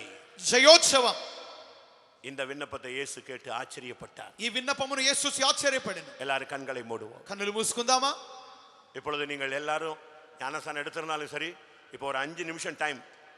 அப்படி சொன்ன உடனே ஸ்ப்ரிங் மாதிரி வருவீங்கன்னு பார்த்தேன். ஸ்ப்ரிங் வரல, எல்லாம் முழங்கால் போடுங்கன்னா டப்புன்னு அப்படி நின்றணும் எல்லாரும். వెంటనే మోకరించండి, స్ప్రింగ్ వలె మోకరించాలి, కానీ లేట్ అవుతున్నది. எனக்கு பின் ஒருவர் வருவார், నా వెనుకల ఒకడు వచ్చుచున్నాడు. அவர் உங்களுக்கு பரிசுத்த ஆவியினாலும் அக்கினியினாலும் ஞானஸ்நானம் கொடுப்பார். ఆయన మీకు పరిశుద్ధాత్మలోను అగ్నిలోను బాప్తిసం ఇచ్చును.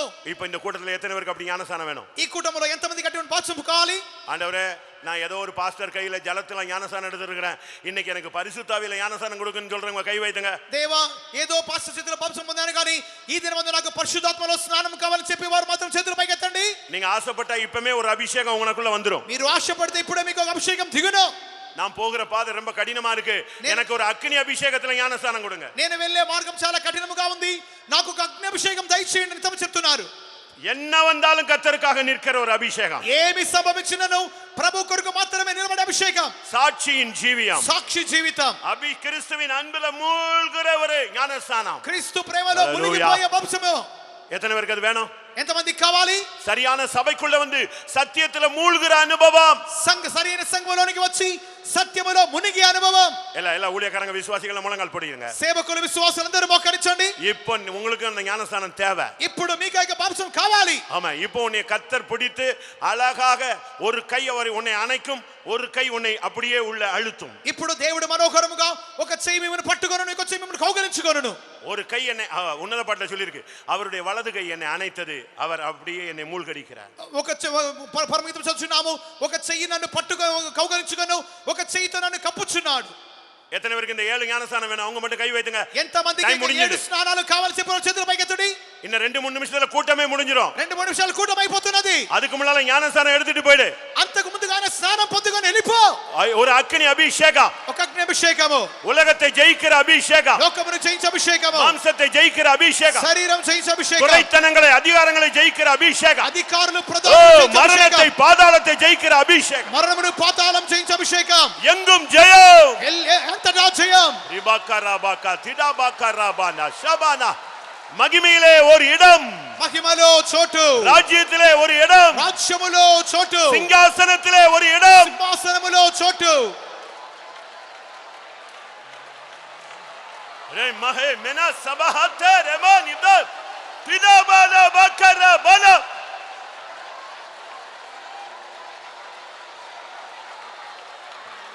హికరాబాలాకా తిదాబాకా తిదాబానియా. హల్లెలూయా, హల్లెలూయా, హల్లెలూయా.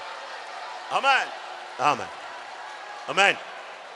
நீ இருக்கிற லைன்ல இப்ப ஒருத்தர் வருவார், నీ ఉన్నటువంటి వరుసలోనికి ఒకడు ఇప్పుడు వచ్చును. அவர் கை உன் தலையின் மேல படும், ఆయన చేతులు మీ తల మీద ఉంచబడును. உனக்கு எந்த ஞானஸ்நானம் வேணுமோ இப்பொழுது அதிலே உன்னை மூழ்கடிப்பார். నీకు ఎంత బాప్తిసం కావాలో దానిలో ముంచివేయును. இப்பொழுது அந்த அபிஷேகம் உனக்கு கிடைக்கும், ఇప్పుడే అభిషేకం దొరుకును, இப்பொழுது அந்த வல்லமை, ఇప్పుడే ఆ శక్తి, அந்த ஜீவன், ఆ జీవము, அந்த அக்கினி, ఆ అగ్ని.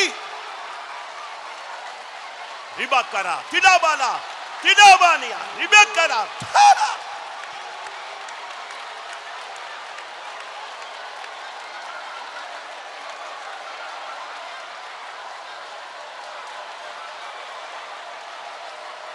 ஒரபக்கரா பாலா கரபாலா ஷபாலா பாரிமானா கரபா திடாபாலா கதுராமானியா உராமா சை மெகே திடாபாக்க திடாபானியா ரிபா ரிபாலா பக்கரபா கத. ஆமென், ஆமென், ஆமென், ஆமென். ஒரபக்கரா பக்கதுராமானியா திடாபாலா கதுரா. ஆமென், ஆமென். எத்தனை பேர் ஜெயிக்க விரும்புறீங்க? ఎంతమంది జయించగోరుచున్నారు? அவங்க மட்டும் உங்களுடைய வலது கரத்தை வைத்துங்க. వారు మాత్రం మీకు కుడి చేయి పైకెత్తుడి. இப்போ ஒரு అభిషేகம், ఇప్పుడు ఒక అభిషేకం. நீ எதை குறிச்சும் பயப்படாத, దేని గురించి భయపడవద్దు, நீ எதை பத்தி யோசிக்காத, దేని గురించి ఆలోచించొద్దు. வலது கரத்தை மட்டும் உயர்த்தி பிடி. కుడి చేయి మాత్రం ఎత్తి పట్టుకో. கர்த்தாவே ஒரு ஜெயத்தின் வல்லமை எனக்கு தாங்க. దేవా ఒక జయపు శక్తి నాకు దయచేయము. நான் எங்கெல்லாம் தோற்றனோ அங்கெல்லாம் ஜெயிக்கணும். నేను ఎక్కడెక్కడ ఓడిపోయానో అక్కడ జయించాలి. வாயை திறந்து சொல்லுங்க பார்க்கலாம். నోరు తెరిచి చెప్పండి. உலகத்தை ஜெயிக்கணும், లోకమును జయించాలి, மாம்சத்தை ஜெயிக்கணும், శరీరం జయించాలి, பிசாசை ஜெயிக்கணும், అపవాదిని జయించాలి, குறைத்தனங்களை ஜெயிக்கணும், అధికారాలు జయించాలి, மரணத்தை ஜெயிக்கணும், మరణం జయించాలి, பாதாளத்தை ஜெயிக்கணும், పాతాళం జయించాలి, எங்கும் ஜெயிக்க வேண்டும், అంతటా జయించాలి.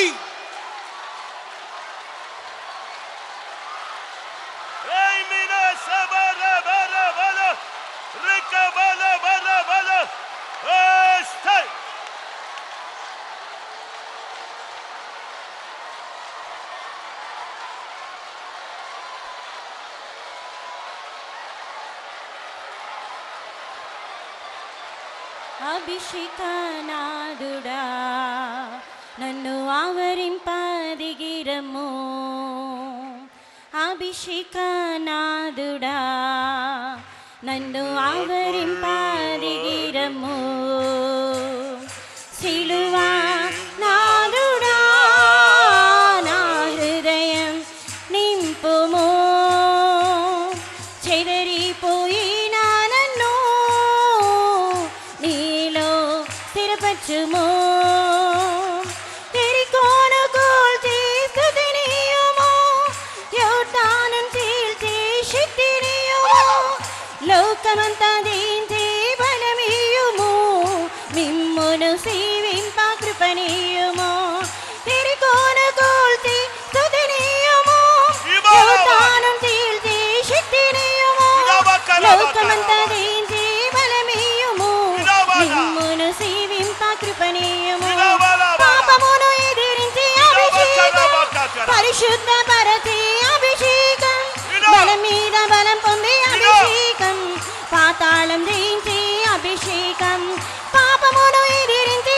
అభిషేకం, పరిశుద్ధ పరచి అభిషేకం, బలం మీద బలం పొంది అభిషేకం, పాతాళం జయించి అభిషేకం, అభిషేకనాదుడా నన్ను ఆవరింపదిగిరము, అభిషేకనాదుడా నన్ను ఆవరింపదిగిరము, సిలువానాదుడా నా హృదయం నింపుము, చెదరిపోయిన నన్ను నీలో స్థిరపరచుము, సిలువానాదుడా నా హృదయం నింపుము.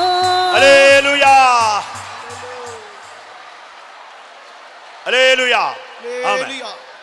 நான் ஒரு அபிஷேகத்தை உணர்கிறேன். నేను ఒక అభిషేకమును గ్రహించుచున్నాను. அது சீயோனில் இருந்து புறப்படுகிறது. అది సియోను నుండి బయలుచున్నది.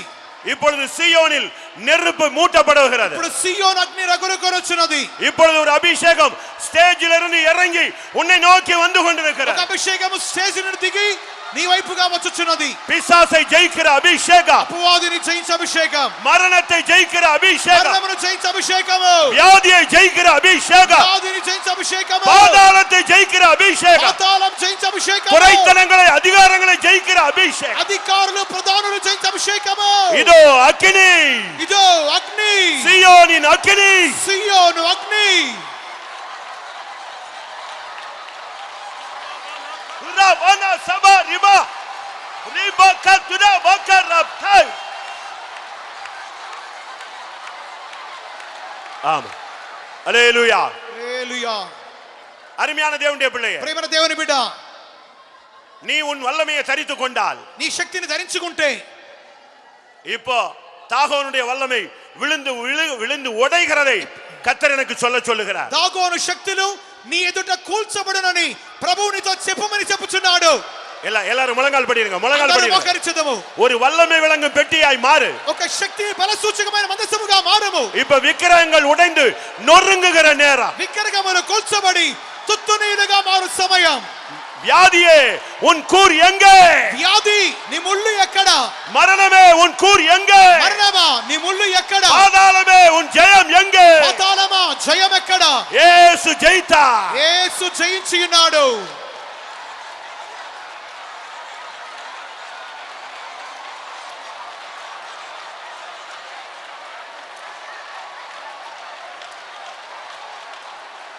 హిమానా సబానియా రబ్దబకర హురాబకతిరా తిదాబకతిరా మారి షిదాబాలా తిదా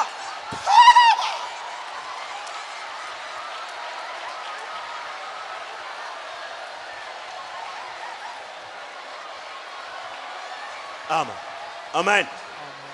பிரியமானவர்களே, ప్రియమైన వారలారా 8 வருடம் 8 సంవత్సరాలు எலிசா ஒரு சாதாரண ஊழியனாய் இருந்தான். ఎలీషా ఒక సాధారణమైన సేవకుడుగా ఉండెను. அவனுடைய ஊழியம் என்ன? అతనికి సేవ ఏంటి? எலியாவினுடைய கைகளுக்கு தண்ணீர் ஊற்றுவது மட்டுமே. ఏలియా చేతులకు నీళ్లు పోయటం మాత్రమే. 8 வருஷம் அப்படித்தான் போய் கொண்டிருந்தது. 8 సంవత్సరాలుగానే వెళ్ళిపోయాను. ஒரு நாள் வந்தது, ఒక దినం వచ్చెను, ரெட்டிப்பான அபிஷேகத்தை பெற்றான். రెండంతల అభిషేకం పొందెను. அவன் ஊழியமே மாறி போனது. అతని సేవ మార్చబడెను. ஓ, இன்றைக்கு கர்த்தர் உனக்கு ஒரு அபிஷேகம் தருகிறார். ఈ దినమున అభిషేకం ఇవ్వచున్నాడు. கர்த்தர் உன் வாழ்க்கையை மாற்ற போகிறார். నీ జీవితాన్ని మార్చబోతున్నాడు. உன் ஊழியத்தை மாற்ற போகிறார். నీ సేవను మార్చబోతున్నాడు. ஜெயத்தை நோக்கி, జయం వైపుగా వెళ్ళు. மகிமையை நோக்கி, మహిమను తేరి చూచి, சிங்காசனத்தை நோக்கி, సింహాసనం చూచి,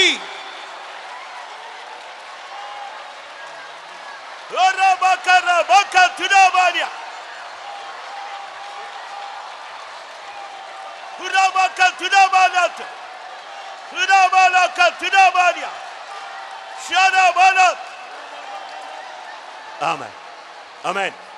இந்த 2ஆம் நாளில் கர்த்தர் உனக்கு மகிமையிலே ஒரு இடத்தை தருவேன் என்று வாக்கு பண்ணுகிறார். ఇక రెండవ దినమందు మహిమలో నీకు ఒక చోటు ఇచ్చుదనని దేవుడు వాగ్దానం చేయుచున్నాడు. ஆனால் அதற்கு நீ ஜெயிக்க வேண்டும். అందుకొరకు నీవు జయించాలి. என்ன இன்னைக்கு இல்ல, என்றைக்கு நீ ஜெயிக்க வேண்டும். ఈ దినమందు కాదు, ఎల్లప్పుడూ జయించాలి. இன்னும் ஒரு 2 நிமிஷம், 2 నిమిషాలు మాత్రమే. தேவைனா ஒரு ஜெயத்தின் அபிஷேகத்தை பெற்றுக்கொள். అవసరమైతే జయముగా అభిషేకం పొందుకో. நீ தலை குனிந்த இடத்திலே தலை நிமிர்ந்து நிற்க.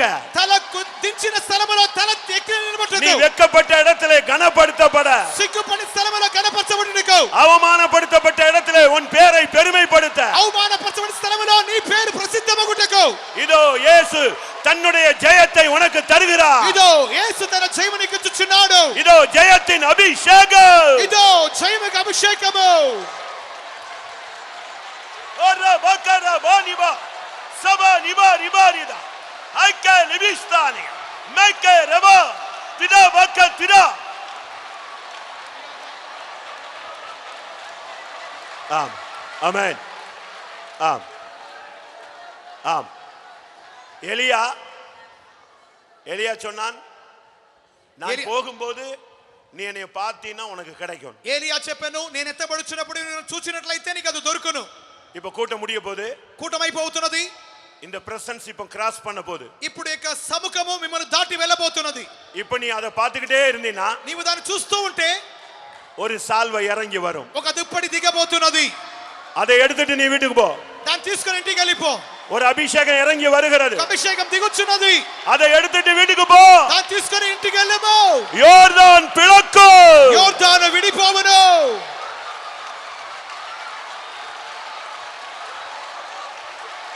ஹுரா நலே சிவாலா ஓரா பாலா.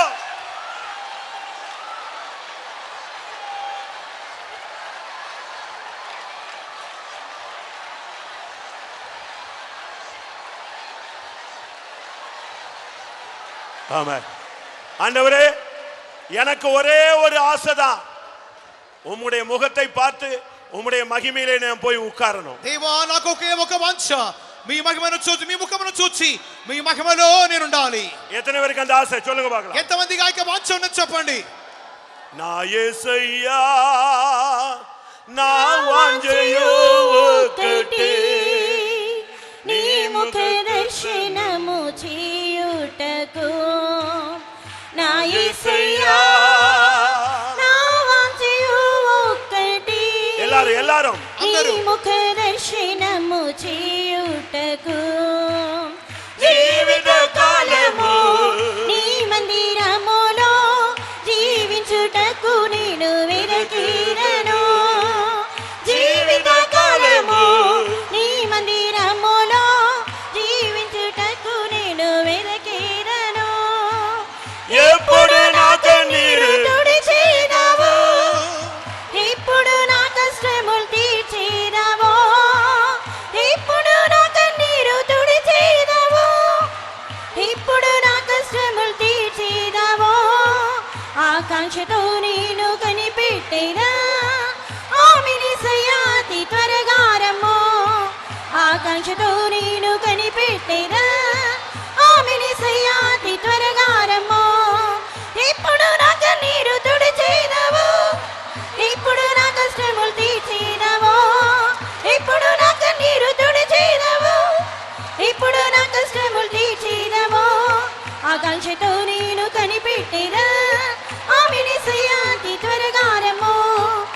ఆకాంక్షతో నేను కనిపెట్టేదా ఆమెనేసయ్యా అతి త్వరగా రమ్మో ఆకాంక్షతో నేను కనిపెట్టేదా ఆమెనేసయ్యా అతి త్వరగా రమ్మో ఆకాంక్షతో నేను కనిపెట్టేదా ఆమెనేసయ్యా అతి త్వరగా రమ్మో ఆకాంక్షతో నేను కనిపెట్టేదా ఆమెనేసయ్యా అతి త్వరగా రమ్మో ఆకాంక్షతో నేను కనిపెట్టేదా ఆమెనేసయ్యా అతి త్వరగా రమ్మో.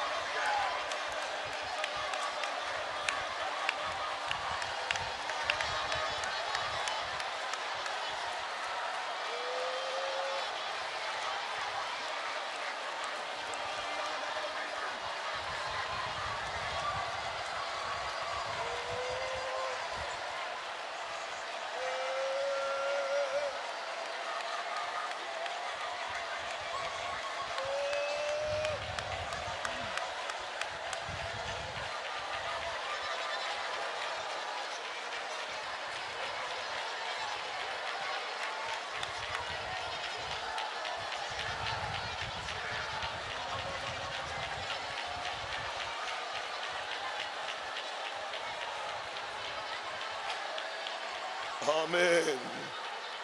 Yes, for all the baptisms he has baptized with today.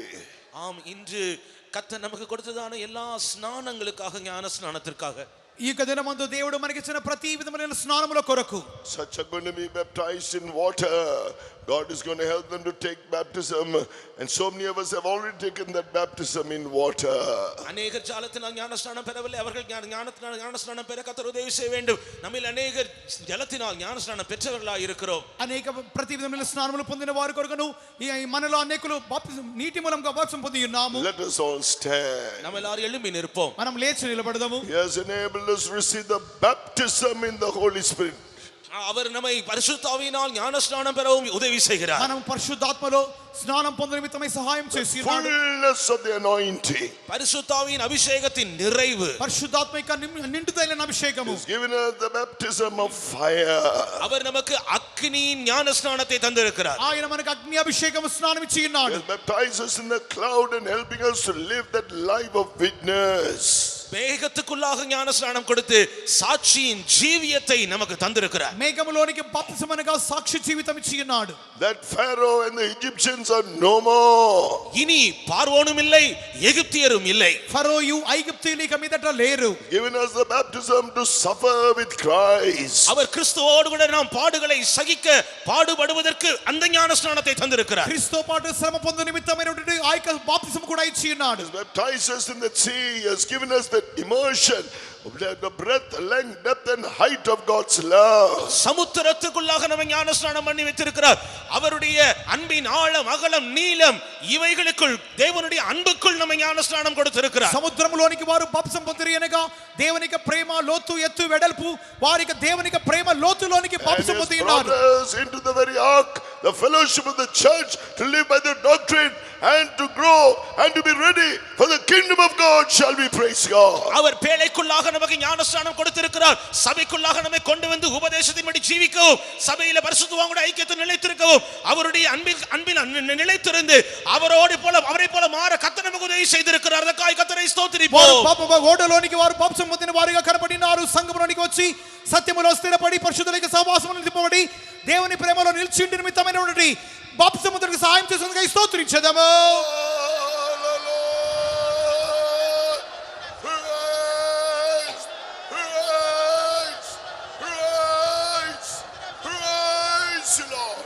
Yes, he has made us, he is making us overcomers. ஆம், அவர் நம்மை ஜெயாளிகளாக மாற்றுகிறார். అవును, ఆయన మన జయవీరులుగా మార్చుచున్నాడు. Oh, he that overcometh, even as I overcame, will I grant to sit with me on my throne. நான் ஜெயங்கொண்டு என் பிதாவின் சிங்காசனத்தில் உட்கார்ந்தது போல ஜெயங்கொள்ளுகிறவன் எவனோ அவனுக்கும் என்னுடைய சிங்காசனத்தில் உட்காரும்படிக்கு அருள் செய்வேன் என்று சொல்லி இருக்கிறார். నేను జయించిన అతనితో పాటు సింహాసనంలో కూర్చున్న ప్రకారముగా జయించు వారిని నాతో పాటు సింహాసనం కూర్చుండించని దేవుడు సెలవిస్తున్నాడు. Overcoming sin, overcoming the flesh, overcoming the principalities and powers and Satan and death and hell, the grave and everything.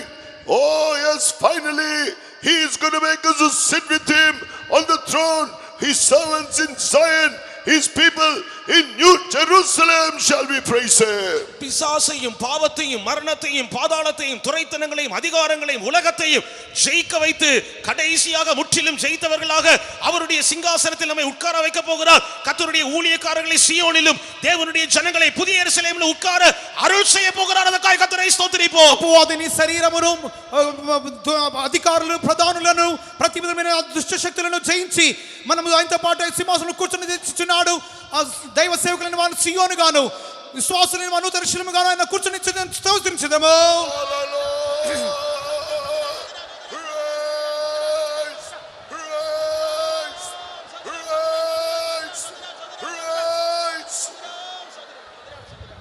Let us pray. எங்களை அதிகமாய் நேசிக்கிற பரிசுத்தம்ல நல்ல ஆண்டவரே, ஆசீர்வதிக்கப்பட்டதான் நம்முடைய மைமீன் சமத்துக்காக நன்றியோடு ஸ்தோத்திரிக்கிறோம். கிருபையா அந்த தேசத்தை நேசித்து இங்கே ஒரு கன்வென்ஷன் கூட்டத்தை நீர் ஆயத்தப்படுத்தி தந்தீர். முதல் நாள் கூட்டத்தில் தேவாவியானீர் இங்கு வல்லமையாய் கிரியை செய்தீர். கூட்டத்தை ஆசீர்வதித்து ஜனத்தை கொண்டு வந்தீர் ஆண்டவரே. ஜனத்துக்கு தேவையான ஆலோசனை வெளிப்படுத்தி தந்தீர். இந்த 2ஆம் நாள் கூட்டத்திலையும் கூட தேவாவியானவர் எங்கட மத்தியிலே கடந்து வந்தீர் ஆண்டவரே. எங்களோட கூட்டத்தை நடத்துகிறவராய் ஆசீர்வதிக்கிறவராய் மைமீன் ராஜாவாய் சர்வ வல்லமுள்ள தேவனாய் நீர் அக்கினிமயமான தேவனாய் எங்களை ஆசீர்வதிக்கிறவராய் உம்முடைய வார்த்தையினால தைரியப்படுத்துகிறவராய் உம்முடைய வார்த்தையினால எங்களை பலப்படுத்துகிறவராக உம்முடைய வார்த்தையினால எங்களை ஊன்ற கட்டுகிற தேவனாய் எங்களுடைய மத்தியிலே கடந்து வந்து ஆண்டவரே இந்த 2ஆம் நாள் கூட்டத்தில் நீர் எங்களோடு பேசின வார்த்தைகளுக்காக ஸ்தோத்திரம் ஆண்டவரே. இந்த செபுதேவின் கர்த்தாவே தன்னுடைய பிள்ளைகளுக்காக தேவன் செபுதேவின் தாய் இயேசுவிடத்தில் வந்த பிள்ளைகளுக்காக கர்த்தரிடத்தில் அவர்களுக்கு வேண்டுதல் செய்தாள் ஆண்டவரே. ஒரு பிள்ளை என் வலது பார்சத்திலும் என் இடது பார்சத்திலும் வீட்டிற்கு வேண்டும் என்று அவளை வேண்டிக் கொண்டாள் ஆண்டவரே. ஆண்டவரே கர்த்தாவே உமக்கு ஸ்தோத்திரம். நான் எடுக்கும் ஸ்நானத்தை பெற்றால் அவர்களுக்கு இடம் உண்டு. அவர்களை நான் குடிக்கும் பாத்திரத்தில் பானம் பண்ணின அவர்களுக்கு கர்த்தாவே அவர்களுக்கு அந்த சிங்காசனத்தில் அவர்களுக்கு இடம் உண்டு என்று சொன்னீர் ஆண்டவரே. அவர்கள் அப்படியே நாங்கள் செய்வோம் என்று சொன்னார்கள் ஆண்டவரே. இந்த பாதையில் நாங்களும் கூட அழைக்கப்பட்டு வந்திருக்கிறோம். எங்களுடைய தேவைகளை சந்திக்கிறவர், எங்களுடைய குறைகளை நிறைவாக்குறவர். தேவ சமூகத்தில் எத்தனையோ குறைகளோடு கவலையோடு பாரத்தோடு துக்கத்தோடு கண்ணீரோடு வந்திருக்கிற கவலைகள் பாரங்கள் துக்கங்கள் எல்லாம் மாற்றுகிற தெய்வமாய் சர்வ வல்லமுள்ள தேவனாய் எங்களோட மத்தியிலே கடந்து வந்தீர் ஆண்டவரே. இந்த மாலை வேளையிலே வேண்டியிருக்கிற ஒவ்வொருட வேண்டுதலுக்கும் பதிலளிக்கணுமே. எசேக்கியா வியாதியா இருந்தான் ஆண்டவரே. அவன் தீர்க்க தரிசனி அவன் கர்த்தாவே இடத்தில் வேண்டிக் கொண்டான் ஆண்டவரே. ஆண்டவரே அவன் கர்த்தாவே வியாதி நீங்க பிழைக்கும்படியாக அவன் வேண்டிக் கொண்டான் ஆண்டவரே. உன் வீட்டு காரியத்தை ஒழுங்குபடுத்த சொன்ன மாத்திரத்திலே ஆண்டவரே அவன் துக்கப்பட்டான், கண்ணீர் விட்டான் ஆண்டவரே. நீர் எசேக்கியா அவட கண்ணீரை கண்டீர், விண்ணப்பத்தை கேட்டு அவனுக்கு 15 ஆண்டுகள் அவனுக்கு கர்த்தாவை கூட்டி கொடுத்தீர் ஆண்டவரே. அந்த தேவன் என்று ஜீவிக்கிறீர். எங்களுடைய வேண்டுதலுக்கு பதிலளிக்கிறவர் கூட இருக்கிறீர், விண்ணப்பத்துக்கு பதிலளிக்கிறவர் கூட இருக்கிறீர் ஆண்டவரே. எஸ்தர் ராஜாத்தையும் கூட கர்த்தாவே தன் ஜனத்துக்காக வேண்டிக் கொண்டாள் ஆண்டவரே. தேவ ராஜாவிடத்தில் போய் மன்றாடினாள் ஆண்டவரே. ஜனங்களை கர்த்தாவே அழிவிலிருந்து மரணத்திலிருந்து அவள் தப்பித்தாள் ஆண்டவரே. கர்த்தாவே இயேசுவே நீர் கர்த்தாவே நீர் நன்மை செய்கிறவராய் சுற்றித்திருந்ததான தேவன் ஆண்டவரே. எங்கள் ஒவ்வொருவருக்கும் நீர் நன்மை செய்கிறவராய் எங்களை ஜெபங்களை கேட்கிறவராய் எங்களுடைய வேண்டுதலுக்கு பதிலளிக்கிறவராக எல்லாருடைய கண்ணீருக்கும் பதிலளிக்கிறவராய் இருந்தீர் ஆண்டவரே. இந்த அன்னாளுடைய வேண்டுதலுக்கு பதிலளித்து அவருக்கு ஆண் குழந்தை தந்தீர் ஆண்டவரே. ஒரு சாமுவேலின் பிள்ளையாடனை தந்தீர், அவர் தீர்க்க தரிசனியாய் மாறினான் ஆண்டவரே. அதுபோல கர்த்தாவே நாங்கள் இடத்துல வேண்டிக் கொள்கிற காரியங்களுக்கெல்லாம் பதிலளிக்கிறவராய் எங்களுடைய வேண்டுதல் விண்ணப்பத்துக்கு பதிலளிக்கிறவராய் இருந்தீர் ஆண்டவரே. கர்த்தாவே உங்க ஸ்தோத்திரம். இந்த மாலை வேளையில் இந்த நாகமான் தீர்க்கதரிசி குஷ்டரோகி என்பவன் குஷ்டரோகியா இருந்தான் ஆண்டவரே. அவன் எலிசாவிடத்தில் வந்தான் ஆண்டவரே. அவன் எலிசாவிடத்தில் வந்த மாத்திரத்தில் 7 முறை நீர் ஞான ஸ்நானம் பண்ணு, அப்பொழுது உனக்கு விடையில கிடைக்க வேண்டும் என்று அவன் சொன்னான் ஆண்டவரே. அதுபோல அவனுக்கு 7 தடவை ஸ்நானம் பண்ணின பண்ண அவன் குணமானான் ஆண்டவரே. அதுபோல் அந்த தேவன் எங்களுக்கு கிடைத்த 7 விதமான ஞான ஸ்நானத்தை குறித்து இந்த மாலை வேளையில் எங்களோடு பேசுகிறேன் ஆண்டவரே. கர்த்தாவே பாவ மன்னிப்புக்கின்ற ஞானஸ்நானம் எடுக்க எங்களுக்கு உதவி செய்து ஜலத்தினால் ஆவியினால் பெற்றுக்கொள்ள எங்களுக்கு உதவி செய்தீர் ஆண்டவரே. பாடுகளுக்கு பாடுபட கற்றதான அபிஷேகத்தை எங்களுக்கு தந்திருக்கிறேன். இந்த 7 விதமான பாடுகளை நாங்கள் பெற்று ஆண்டவர் இந்த ஞானஸ்நானத்தை பெற்றுக்கொள்ளத்தக்கதாக எங்கள் ஒவ்வொருவருக்கும் உதவி செய்ய ஆண்டவரே. கத்தாவை ஞானஸ்நானம் எடுத்து கத்தாவை நீர் அக்கினி அபிஷேகத்தை தந்திருக்கிறீர் ஆண்டவரே. கத்தாவே ஆண்டவர் அக்கினி அபிஷேகத்தினால் ஆண்டவரே கத்தா உலகம் கொடுக்க எடுக்க கூடாத அக்கினி அபிஷேகத்தை தந்திருக்கிறீர். நிறைவான அபிஷேகத்தை தந்திருக்கிறீர். பாடுபடுறதுக்கு ஒரு அபிஷேகத்தை தந்திருக்கிறீர் கத்தாவே. அதிலே ஒரு 7 விதமான கத்தாவை ஞானஸ்நானத்தை குறித்து கேட்ட ஆண்டவரை நாங்கள் அக்கினி அபிஷேகத்தை பெற்றவர்களாக எங்களுடைய கத்தாவை எங்களுடைய உலக மாம்சத்தை பிசாசை ஜெயிக்கத்தக்கதாக அதற்கேற்ற ஒரு அபிஷேகத்தை தந்து எங்களை நடத்துகிற தேவனாக இருக்கிறீர் ஆண்டவரே. எங்களை கத்தாவே இந்த 7 விதமான கத்தாவை ஞானஸ்நானத்திலும் கூட நாங்கள் உமோடு கூட உடனுக்கு செய்து கத்தாவே ஆண்டவரை ஜெயாளிகளாய் மாறும்படியாக எங்களையும் கூட அழைத்திருக்கிறீர் ஆண்டவரே. நாங்கள் ஜெயாளிகளாய் மாறத்தக்கதாக எங்களை அழைத்ததான தேவன் நாங்கள் ஆண்டவரே நீர் கத்தா உலகத்தை ஜெயித்தது போல நாங்களும் உலகத்தை ஜெயிக்க பாவத்தை ஜெயிக்க எல்லா வல்லமைகளும் ஜெயித்தவராய் நீ ஜெயாளியா சிங்காசனத்தில் வீற்றிருந்தீர். ஜெயம் கொண்டவர்களுக்காக கத்தா சிங்காசனத்தை ஆயத்தப்படுத்தி வைத்திருக்கிறீர். எங்களையும் கூட ஜெயாளிகளாய் மாற்ற ஆண்டவரே.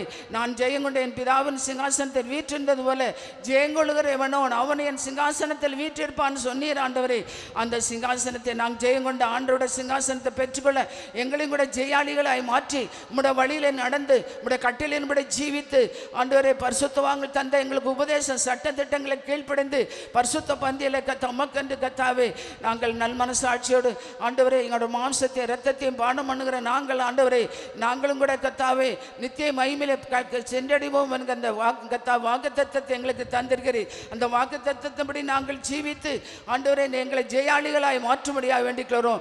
ஜெயங்கொண்டவர்களுக்காக வைத்து கிடந்த மகிமையான சுதந்திரத்தை பெற்றுக்கொள்ள அந்த சியோனை எருசலேமை நாங்கள் சுதந்திரத்துக் கொள்ள எங்களை தகுதிப்படுத்த முடியாது வேண்டிக்கிறோம். இந்த மாலை வேளையில் எங்களோடு பேசின நல்ல ஆலோசனைக்காக ஸ்தோத்திரம். இந்த வார்த்தை கேட்ட நாங்களும் கூட எங்களோட வேண்டுதலுக்கு பதில் அளிக்கிறவர், கண்ணீருக்கு பதில் அளிக்கிறவர், எங்களோட ஜெபத்துக்கு பதில் அளிக்கிறவர், எங்களோட கூப்பிடுற சத்தத்துக்கு செவிசாய்க்கிற கத்தர் எங்களோடு கிடந்து வந்திருக்கிற ஒவ்வொருவரோட வேண்டுதலுக்கும் கத்தாவே பதில் தந்து எங்களை ஜெயாளிகளாய் மாற்றி சந்திக்க ஆயத்தப்படுத்தும்.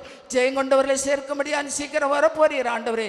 நாங்களும் ஜெயாளிகளை மாற்றி அந்த மைமையில சியோனுக்கு எருசலேமுக்கு என்று எங்களுடைய தேவ ஜனங்களை ஆயத்தப்படுத்தும். எல்லா துதி கனமும் எடுத்துக்கொள்ளும். வந்த மக்களை ஆசிரியத்து அனுப்பும். இயேசுவின் நாமத்தில் வேண்டிக்கிறோம் பிதாவே.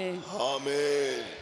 Now may the grace of our Lord Jesus Christ, the love of God the Father, and the sweet communion of the Holy Spirit rest and abide with each and every one of us until Jesus appears in all his glory. Amen. Hallelujah.